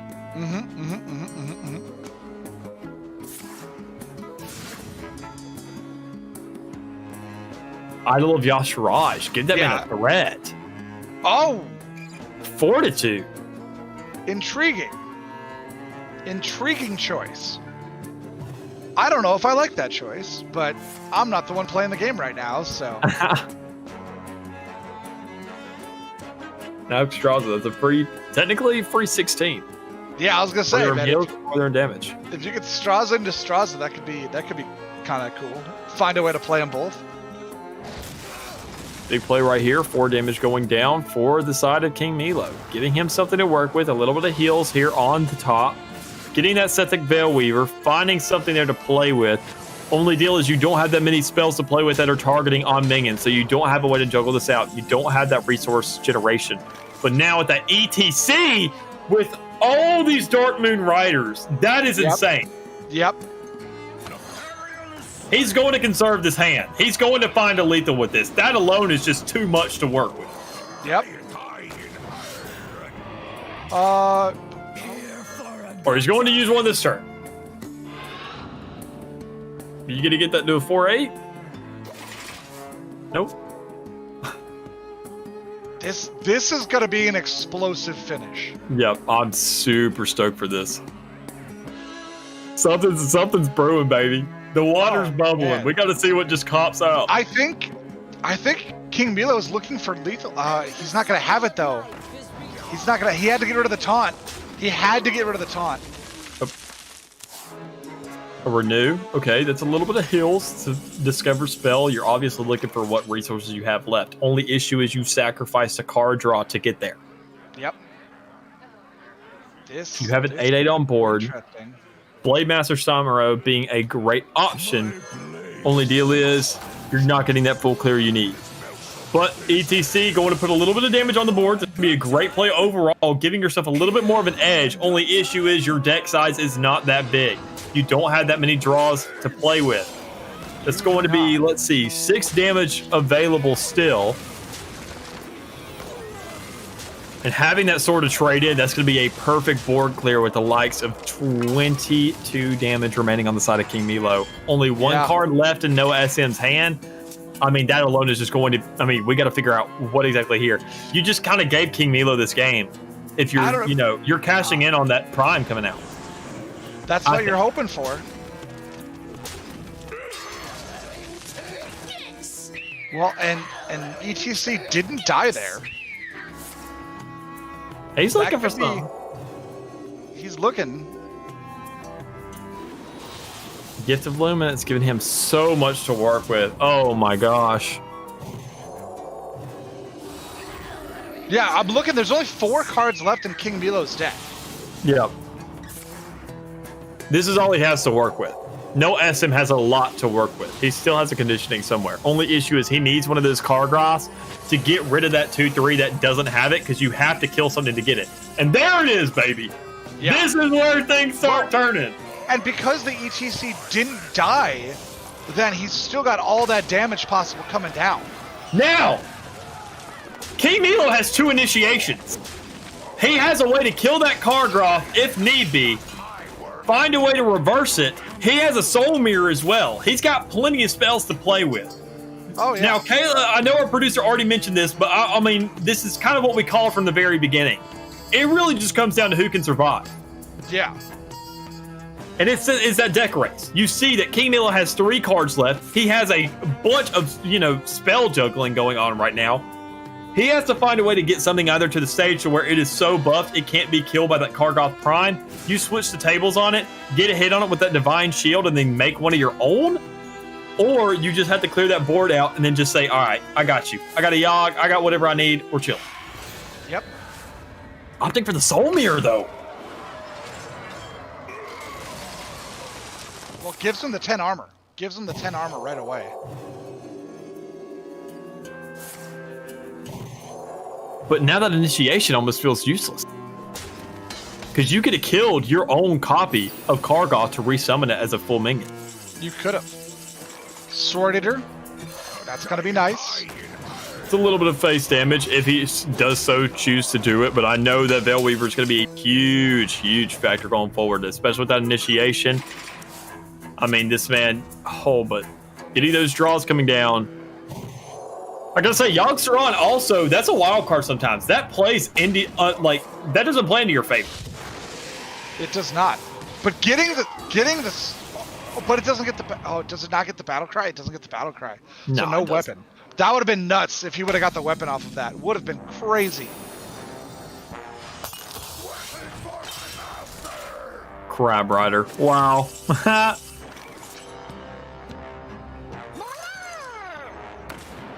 Now that could help you clear out that 2/5. Only issue is you have a 3/5 on the other side of the board that's going to keep on juggling out these spells. That's why I was confused why he didn't kill it. He could have with the Sword Eater. I'm almost out of cards. The Sword Eater could have killed it. And I don't know why he didn't. Hang in there, Noah. Take it like a man. You got a couple cards left in hand. Oh, okay. You got to armor up, buddy. You got to armor up. You can't use that conditioning. There you go. Now let's see what you pull next. You have another prime in your deck. Meanwhile, Meelo has absolutely nothing remaining. He can kill this Plague Proto-Drake. There's going to be a little bit of value there on the rear end. He has 5 cards left in his deck. Now, an Athletic Studies would probably actually be a better option. Okay, I lied. This isn't. I'm gonna be the best. I mean, Eat our flesh! Well fought. I think it's over. Does he have? I don't want to say he has. Oh yeah, he does. Okay. Yeah. Great match though. Absolutely terrific match. I got every second of that. I mean, just all these matches. Obviously, the first one was a little bit too quick for our liking. Those Warlock matches, they're kind of a given. Unless it's a Control Warlock against Control Warlock, it really just comes down to who draws that ticket as first. Those later matches, though, I gotta say, this is why I love playoffs. This is why I was so excited for this expansion to come out, because we saw all these late games. We saw it come down to every single last card. We saw these guys be forced into situations where they have almost no deck left. And it just shows who's the better player and what kind of conditions have to be involved to actually win the game. To where even a player, even casters, we don't know the win conditions because they're either burnt, they're somewhere else, they're utilized, and they didn't work. And this is where the player's intuition has to come in, and it really separates the boys from the men in this league and showing how exactly can I win this match. I have nothing. I have, it's kind of like an Iron Man situation. You sit there, you have a whole pile of rubble. You got to make a suit that's going to sit there and get you out of that situation. Yep, and NoahSM, like, they played as well as they possibly could have. Yep. Their deck just didn't like them at the end. They needed to top deck, and the top deck just was not there. And that's a skill in and of itself, being able to top deck. Yep. It's a skill. Being able to channel your energy into the deck to get you what you need, and just didn't have it for that one. But, just that closing out the series, congratulations to KingMeelo. I mean, overall, that's the take we have away from this. I mean, as fair as all these guys have played out all season, KingMeelo going ahead, moving on now, getting the quarterfinals out of the way for himself. And I mean, we'll see this man next week and see what he has to bring to the table once again. Maybe do a little bit of tweaking here and there, give himself some more win conditions to play with. But, I mean, regardless, both sides of the field, I mean, do you have any other comments when it comes to these guys? No, I mean, I think that was the match we were hoping to see. Yeah. That was absolutely the match we want to see. It went the distance. One of the few this year that's gone the distance. One of the few that's gone all five. And it went all five, then it went all the way down. I mean, how much damage did NoahSM actually do in that fifth game? I could not tell you, man. Because there was a lot of healing came out there. I wouldn't be surprised if they did upwards of 70 damage. Would not be surprised. Especially with the way everything played out. You look at, especially those last two matches, both against those priests, Control Warlock and Warrior, they both had to go the distance. They both had to draw on into those last 5 cards of their deck. And meanwhile, both times we have Priest, we had KingMeelo burn out his deck, but Priest just has a little bit too much, resource generation hand. And those early game, it hurts you because you don't want to burn the cards that are in your deck that you actually want for a win condition.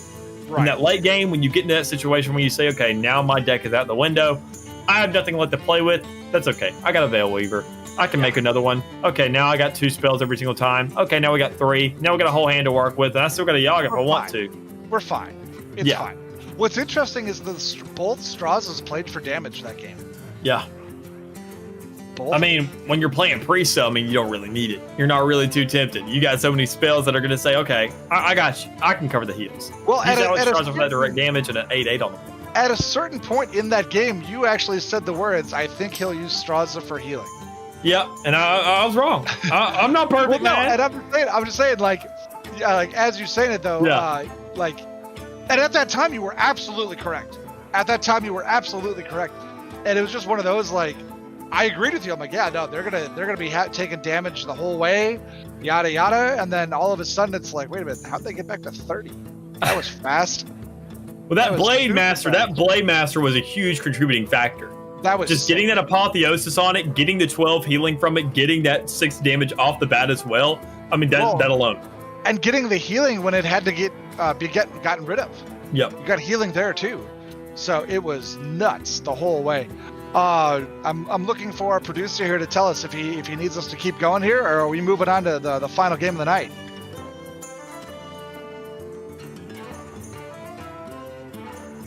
Alrighty.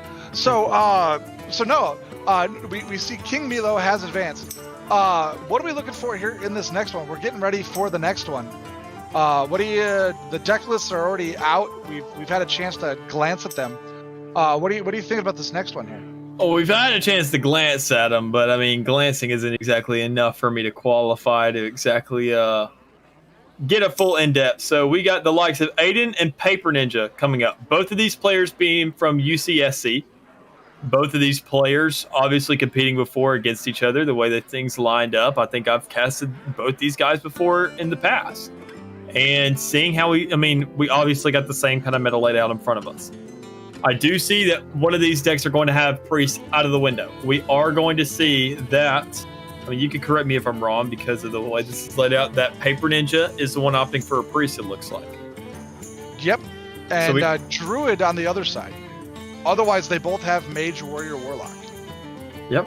So, I mean, I got to say, not a big fan of the Druid pick, but it did play into Noah's favor. He actually closed it out very well, got very lucky with that kind of pick that he had, that one spell that gave all of his minions those big health buffs. Oh, yeah. The Warrior Mirror matchup, we still have to consider, though. There are going to be bans coming in here, so we could see an exact mirror matchup by some extent. If we see the Priest ban, especially these players are watching right now and saw how Priest just performed to hold out the games, I mean, that could definitely be something that you want to get rid of. I don't know. The token I Druid think, just being a quick turn 5 closure. I think double Warlock ban would probably do it. We're going to Yeah. find out in a couple of minutes here. We're going to go to an ad break. We're going to come back. Aiden versus Paper Ninja, final game of the night right after this break.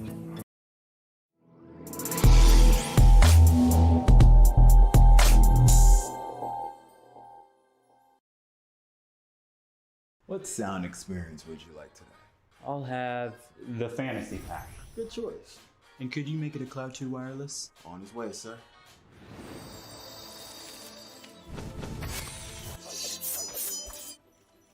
Sounds amazing.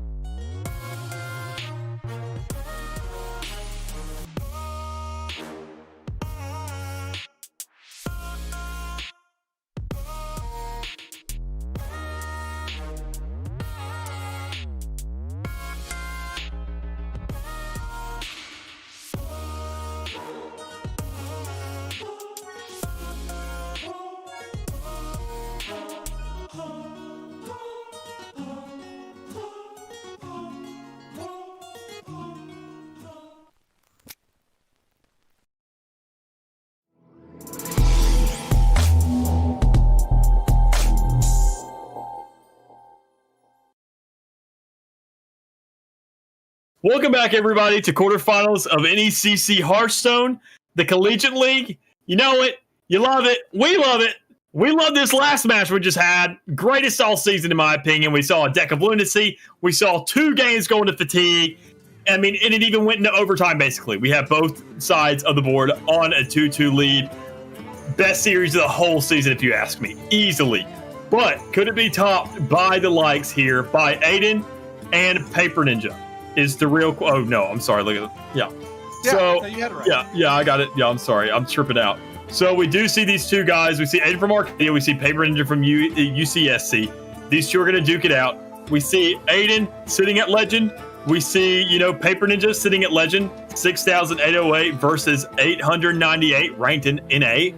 So, I mean, we're going to have one heck of a game in our hands. We're going to see the same kind of setups when it comes around to decks because these guys, it really looks like they're loving what each other have. I mean, and obviously going for what's most meta. We saw it last game. What exactly can we see this game? I think we might see a lot of the same. It really comes down to the deck bans. Yeah. The deck bans are going to set up what we're going to see here. We could see a mirror.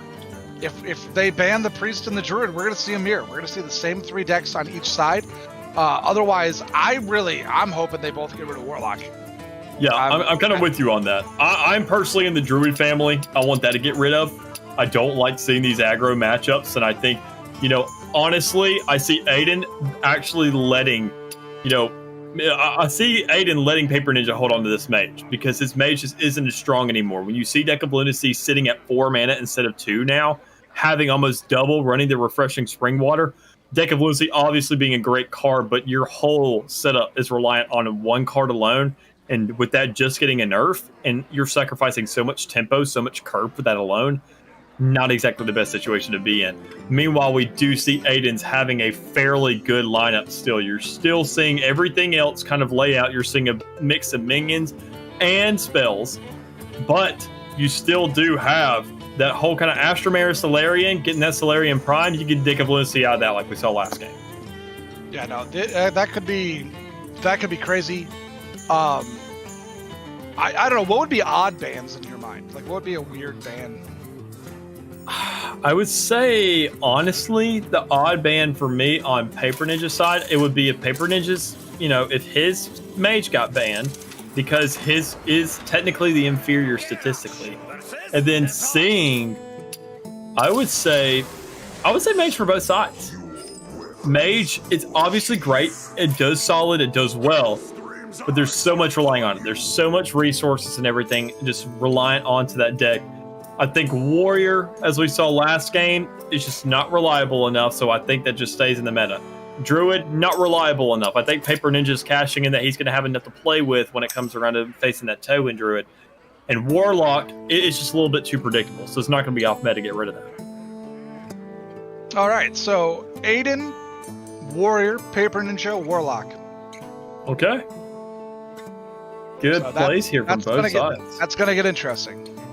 Because I will say, Paper Ninja's Warrior isn't your typical Rush Warrior. It is a big Warrior. You're going to see that Shadow Hunter Vol'jin come out. You got the Rattle Gore to play into. He's very focused on getting those bigger minions playing out. Alrighty. Mick, you're able to see the band match here? I am indeed. I see both sides of the field. I see what we have in hand for both sides, but it doesn't really matter all that much because they're going to end it here in a couple turns. Alrighty. I just know our producer was asking. So hopefully they'll get rid of this one, and we'll start with the actual match here. What do you think, high or low? You gonna go longer or shorter than our last match here, Mick? Shorter. You think it's shorter? I think if it shorter. If it goes longer, it'll be a legendary match. Because we already have a Warlock out of here. That is what takes a lot of these games into huge overtime. It does. The Priest sticking around, I will say, Priest, it really comes down to whether Paper Ninja loses a Priest game or wins a Priest game. And every single time we saw those Priest games in the last matchup, they went the distance. Because it came down to what was in that final hand. And we saw 3 of them. Yep. So I don't think the Warlock was what led it to go the distance. I think it was the Priest that led it to go the distance because that's the one we saw the most. I think it's just mostly the matchup. The fact you're so reliant on those spells, relying on a lot of resources to kind of clear out the board. When you don't have all that many minions, when you're not really forced to utilize those resources that Warlock had, he kind of had to save everything for the end. Really came down to that Envoy, finding a way to either clear that out if you were Priest, but he didn't exactly get around to it, switching out that Mind Render, finding a way to, get those 3 primes into your deck, buy some more time. Just not really enough overall. So I'm really excited to see what these guys got going up when we see this first matchup between Mage and Druid. Here we go. A good hand there for Aiden. Really good hand. In fact, that's Dribbling. Yeah. Just the dribbling alone, that's huge. You obviously want to go ahead and get that turn 1, especially having an Innervate to follow it up with, and Nature Studies to back that up. I mean, and the fact that whole spell discount carries over into the next couple turns, really just whenever you use the next spell. Only issue I could see him running into is if on turn 3, okay, he just ends up kind of going ahead and getting rid of that. Finding a little bit more to work with, getting that coin to play with that Nature Study, and an Arbor up. I see Aiden plenty to work with here on the start. Oh, plenty. Paper Ninja only having, he's not a Priest. He has no kind of real board control right now. He doesn't have a lot to play with. And it really just comes down to, I think, come turn 3, he's going to be forced. He's going to say, okay, I need to use this Ice Barrier. I got to use this. And I don't think it's going to be enough.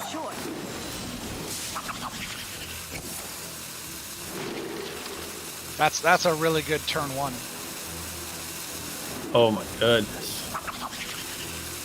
Oh my goodness. And a Solar Eclipse to save it up for the next turn and when it comes around to it. Not saving any kind of thing.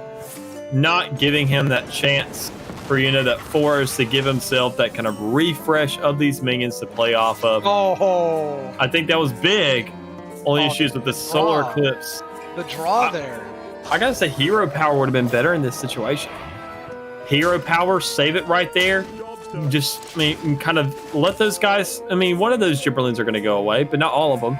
You don't have too many board clears in Paper Ninja. You don't exactly have a Pyromancer to sit there and juggle around those 1/1s. So I got to say, I'm kind of questioning that play alone, but we do see a Lightning Bloom coming here into the mix. That's going to be huge going forward, playing into that Arbor up.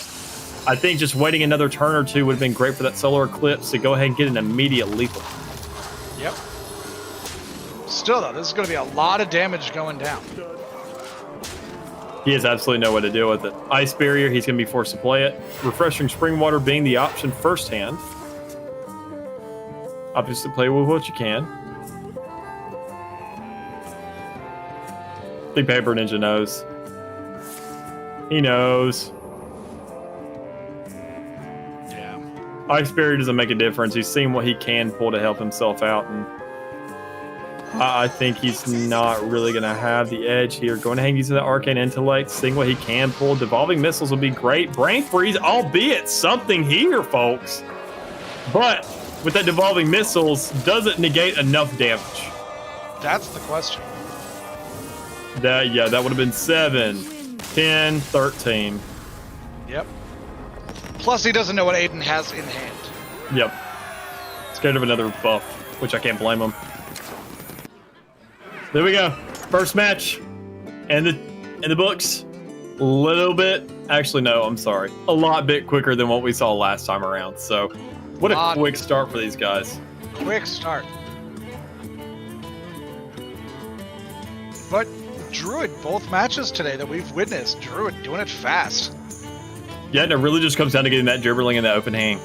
Yep. Getting the Innervate, getting a Gibberling, those 2 alone, giving yourself such a strong start and so much to play with going forward. That's going to be huge. But we do see our first real mirror matchup of the day with Mage versus Mage. And these having a little bit of an altercation to each other. Like I said, Paper Ninjas purely relying here on spells. We already see Aiden starting here with the hand, getting the Astromancer, having more to play with in terms of minions. And I don't exactly... they're a much better player than I am. I don't exactly agree with throwing away some of those cards, but keeping the Astromancer is huge. Brain Freeze is a good start as well. Well, they had one for Wand Maker. Away. The Brain Freeze they had and they threw away. That's why I was curious. I think Aiden's well aware that Paper Ninja's only running spells, more spells than he is, and I think he's trying to cash in on that. That's fair.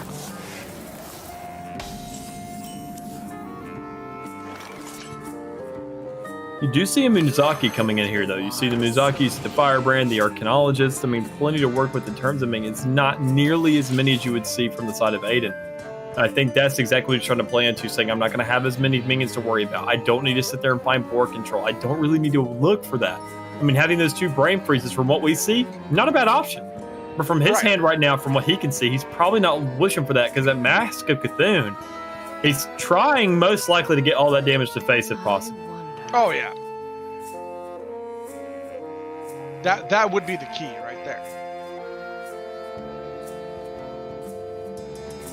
On the other side, just a decent hand over there, just not a lot going on with it. Nice barrier being a great pull right here with that 2-2. You know you're not going to get it diminished almost immediately. Aiden doesn't really have too much in hand to play with. A Ruined Orb would be great. Only deal is when he has, you know, kind of spell damage to work with, doesn't matter. He's going to go ahead and cast it, find what he can explore for these next couple turns. And Apex's Blast being a great shot, but I think Ring Toss may be the option here, and that's what he opts for. So much value you can get out of that card, especially knowing these next 2 turns you're going to cast that Ogremancer, get that Corrupted, get that free corruption going down. We see Paper Ninja having a little bit different of an idea here. Trying to look for this little spell damage here and there, find some card draw, get some, you know, a little bit of momentum going. See if he can go ahead and make sure that the Mizaki's going to be huge once he gets it out. Find any kind of different way to go ahead and get that direct spell. Only issue is that Apex's Blast is the only direct spell damage he has right now. He has a Cram Session look for a Fireball, but Apexis right now being the only real threat he has to put on to face. Otherwise, you just got a little bit of minions here and there doing 2 or 3 damage. Yep.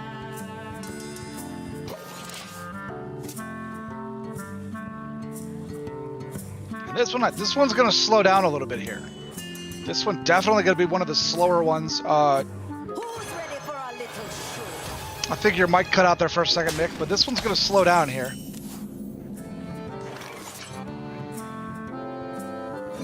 Ogremancer finally getting that corruption down. I think we're going to see a Ring Toss next turn. I'd say that's a safe bet. I think also that we're going to see possibly 2 Brain Freezes trying to get that Mizaki off the board, because that's going to snowball more and more and more as the course of the game goes. You see the Devolving Missiles come out, being a great shot. That gets rid of it makes it dormant. Makes 2 dormant minions. No aspect to trade at all going forward.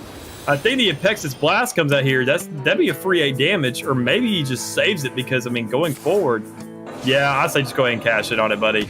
Lord knows that's going to survive for another turn, and we see Aiden's hand. We know he has 3 Brain Freezes and the likes of him. He's not going to let those sit by any means necessary when you got a Mizaki giving you, you know, 4 spell damage right now. Yeah.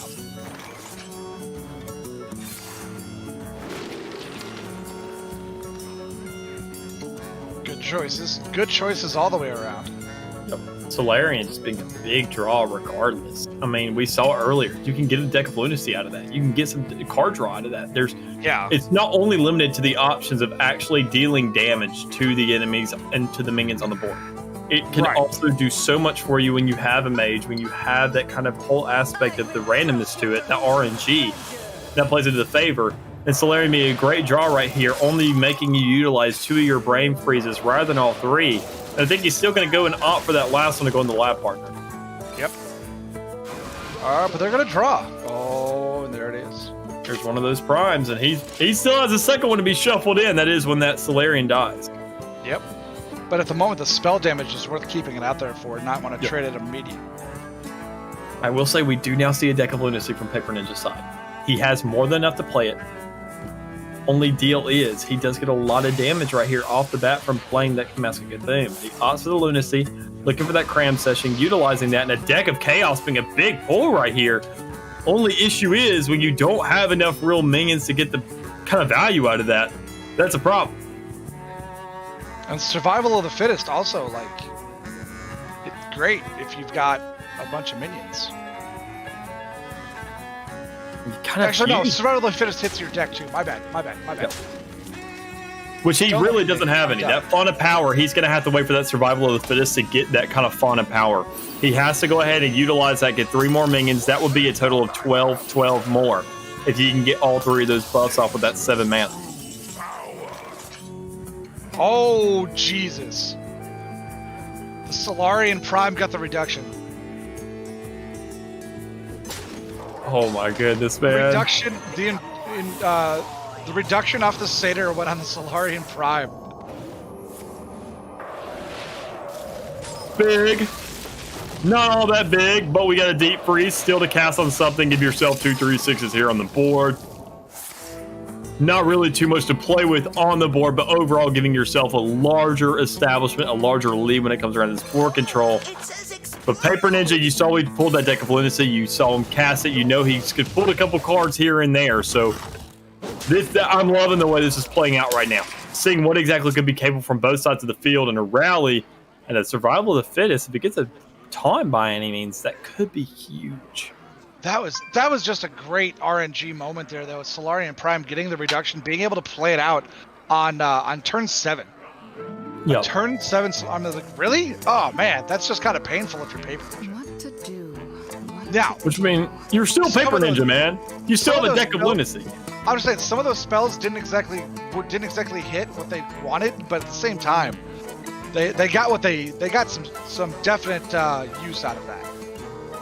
And a full And board. just so much damage right here. I mean, when you're in Paper Ninja's shoes, you got 26 health to deal with. You don't need to clear this board by any means, but you do need to get rid of some of these threats somewhere, just here or there. Leaving those water elementals alive, that's not going to matter all that much. That's only 6 damage. Not able to get one of those pings there onto that whole imprisoned Satyr, but I mean, that's fine. You do have a fauna power to play with. You have a rally. You have a devolving missiles. You've got things to play with overall. You just need to learn how to do it. And a Mordresh being a big play right here. And Agwin also being a great draw. Not really when you don't have anything in your deck, because we've already seen that he doesn't have any more minions left in his deck. But overall, having that corruption, having that firework elemental, just more and more to play with. Paper Ninja, I mean, I feel like Aiden's on the clock here. He needs to hurry up and kind of clear something out here. And with all the damage he has available to him, he's more than capable of doing so. I think with this Mask of Cthulhu, he could actually clear this out.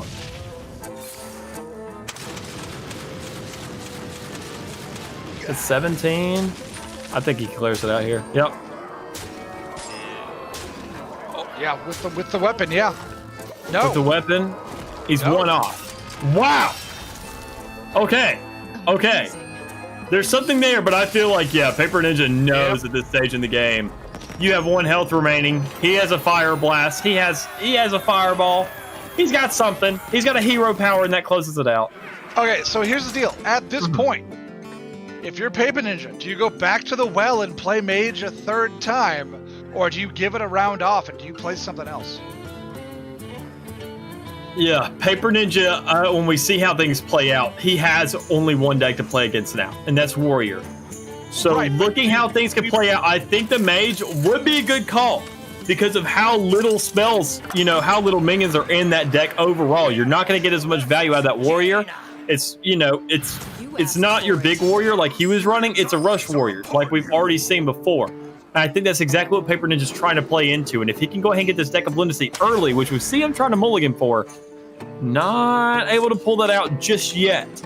But, seeing how Warrior's going to be playing out, I think he knows he has a darn good chance going forward. I think that's really what just kind of dishes out to is running his cram sessions, getting that primordial studies, finding a way to just find exactly what you need and opening up this match for yourself. Here's the thing, though. Aiden got a hand that they loved. Yep. Aiden got exactly the hand that they wanted. Oh my goodness. So aggro. So aggro right away. These old bones just keep on learning. Getting that stage dive off. I understand getting that corrupted. Yep. Giving yourself a little bit of potential for that Cry Brighter next turn, giving it some extra power if need be. Yep. Now, when you're sitting in Paper Ninja's shoes, though, you have to consider what exactly you have given to yourself. The Astromancer, that being he threw that Parade Leader out, he's going to be throwing out Rush next turn, whether you like it or not. So do you sit there and let him... Yeah, do you let him find that on the board? Do you let him keep that around? Or do you go ahead and throw out, that Ruined Orb or the Astromancer and find something to play into it? And I think he's going to opt for that. Go ahead and Rune Orb that parade leader. Okay, never mind. Not opting for the board control. Letting it survive. Letting that weapon come down, which there's not really much he could do about that. And going ahead and drawing it. I think he's just looking for the stack of lunacy right now. I think that's what he's doing. Paper Ninja's other decks were so good. I don't know why he played Mage again. He's tilted right now. He's on tilt. Like, oh no. That was the best possible draw off that stage dive. Great draw off the stage dive there. The Blade Master. Big play right there. That's going to be huge.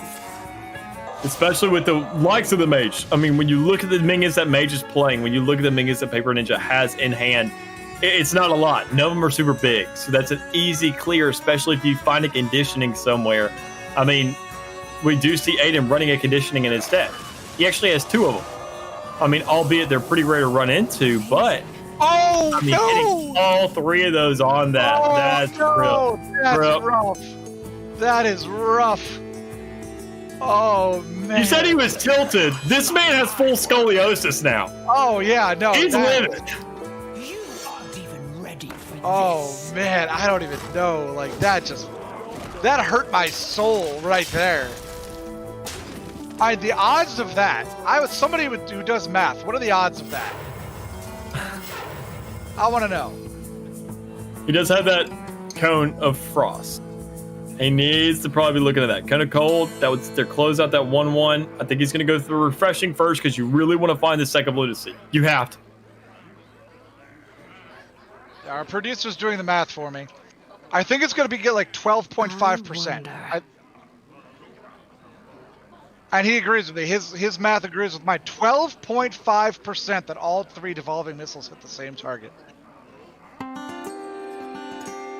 He's now chatting in my ear about math things, and I don't know half of what he's talking about, Mick, but 12.5% is the number we're going to go with for the moment until somebody with a degree in math tells me different. But no, just craziness. And look at him. Paper Ninja's hand is great, and he just doesn't have anything to do. He's got a great hand with nothing to do. And if he's going to get in trouble here. what to do. This is not, this is not Priest where you get the healing. In all honesty, he should have just opted for that combustion there. Going ahead and clearing out that imp, getting that 2-3, getting that parade leader off the board, making sure that, he only has 2 cards in hand, but he's still going to be drawing something every turn. Well, and the Samuro now, like, if you play it now, you're going to get, I mean, does 4 damage, man. The combustion, that set there does 4 damage in any excess to a minion. It does it to both sides. It doesn't split it half and half, doing like, you get that 1 damage and then you have 3 remaining and you do 1.5, 1.5. It's going to sit there and split up and do 3 to both sides like that. Right. And I mean, just a turn too late, in my opinion. You're sitting there giving him a lot of damage onto the board to play with going forward. And I think in this stage of the game, I just didn't know why he didn't play the Blade Master when he had both the party leader and the playmaker on the field. the Blade Master with the parade, what is it? Blade Master, the frenzy is only activated if it lits once it takes that damage. So with that kind of, right, but it could have been a 5/7 though, and you would have gotten a 5/6 as well. No, it only summons a copy with only 1 health. Oh, 5. I'm sorry, 5. Not lacking 1 health, but 5. So it would have been it would have been 2. It would have been a 5/7. It would have been 1. But they still off 5 power. Yeah. When you're looking for damage on the board. Now, getting the extra riders to come out, not a bad call. Not a bad call. I just thought it was interesting. I'm trying to think for Paper Ninja right here. I'm trying to help this boy out. I'm trying to think of what he can do. But, I mean, it just really seems like with the board he's trying to kind of face right now, especially with that weapon being in his face, it's like he's running up against a Pirate Warrior. He's not even running up against that. And you see a Sword Eater coming out, having another weapon once you're done with this, going ahead and expending that, saying, okay, I got another one, buddy. You got to freeze this whole board, but you have to clear it this exact turn, or I say this is over. Oh, yeah. We don't have another barrier from the likes of Paper Ninja. we don't really have. I mean, that Cthulhu, the Massive Cthulhu is only going to do so much. It's not going to kill everything. Well, and getting the rider out and the placement there was big because there were a lot of spells Paper Ninja has that hit something and everything beside it. Yeah. So the placement there, keeping some bigger numbers away from each other. I don't know. I think Paper Ninja might be done. I think I'm in agreement with you here. He only has 2 mana to work with, unless he gets a big taunt, but he doesn't. With having a minion in his whole kind of deck. Oh man. So right there, and that's why we've seen people lose 2 on the same deck and then switch decks and come back with the reverse. You just got to give yourself a moment to breathe. You just got to give yourself that moment to breathe. I don't think Mage had the answers to Warrior there. They had a handful of cards. They had a handful of cards and nothing to do. And both of those players are better at the game than I ever will be. I'm not trying to say that he played poorly. I just think that on that one critical decision to play Mage one last time, I don't know. About that one. I think just overall I don't think just the Mage deck alone, choosing it every single time. I think just having that deck alone is a huge nerf. Same deck of Lunacy, we talked about it before. I mean, as a guy who sat there, I've casted Hearthstone, I've played Hearthstone for years. And I mean, the community, they are an outrage. They're not exactly an outrage, but it's a huge controversy to sit there and have Deck of Lunacy go from 2 mana to 4. Theoretically, if we did see Paper Ninja go ahead and get that Deck of Lunacy, turn 4, exactly. The game was already technically over by that stage. You saw how much damage was on the board. It really had to be miraculous. I mean, the way his luck was already lining up, sitting there getting all 3 devolving missiles onto that right minion, not exactly getting that playmaker. I mean, there's just too much that was against him. There's not enough tempo in the deck. There's not enough real kind of contributing factors. We saw the Aiden's Mage deck was just a lot better. He has more resource generation right up front. He's not relying on getting discounts and better spells and trade for that.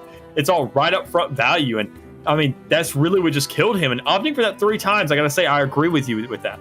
As much as it kind of seemed like the right option right there off the bat, facing that Warrior, but seeing, Aiden's hand just absolutely being just aggro at the rear. Just, I mean, every single turn you play something. I mean, turn. You never have to consider anything. You just play what you got. Go ahead, expel your hand. Who cares? Mage doesn't have that much board clears anymore. Besides Flame Strike, you got till turn 7, and you can see his deck and know that he doesn't have that card anyways. I'm sitting fine and dandy.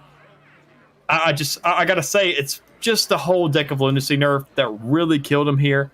Paper Ninja, regardless. I mean, I would like to sit there and kind of give I can give my condolences. My whole thing is I would like to give him congratulations, but we didn't get to see much out of this. The man just got shut out so quickly, and he just never got a chance to really play and react. Did not get a chance to do much on that one. I mean, Drew would still by 5? Yeah. I mean, what do you do about that? Both Druids we saw were turn 5. Both Druids we saw were turn 5. I just feel bad, dude. Honestly. You were looking forward to longer games. You were looking forward to longer games. I was hoping we were carrying out the momentum that was that last series. I was hopeful. So, but that one will end it, Mr. Producer. Are we good to call it for the evening? All right. So there you have it for the quarterfinals for Hearthstone. You'll see the semis, I believe, 5 days from now. No, Friday. I lied. Friday. Don't listen to me. That's why the hashtag is Coach Jim is wrong and not Coach Jim is right. So on Friday, Hearthstone semifinals. I'll definitely be back for that. I hope Mick's back for that as well. Awesome. So we will be back to close out the night on Friday with the Hearthstone semifinals. We hope you join us for that one. It should be some good matches. Until next time, though, I am Coach Jim. He is Mick. This is NECC Esports, and we'll see you next time.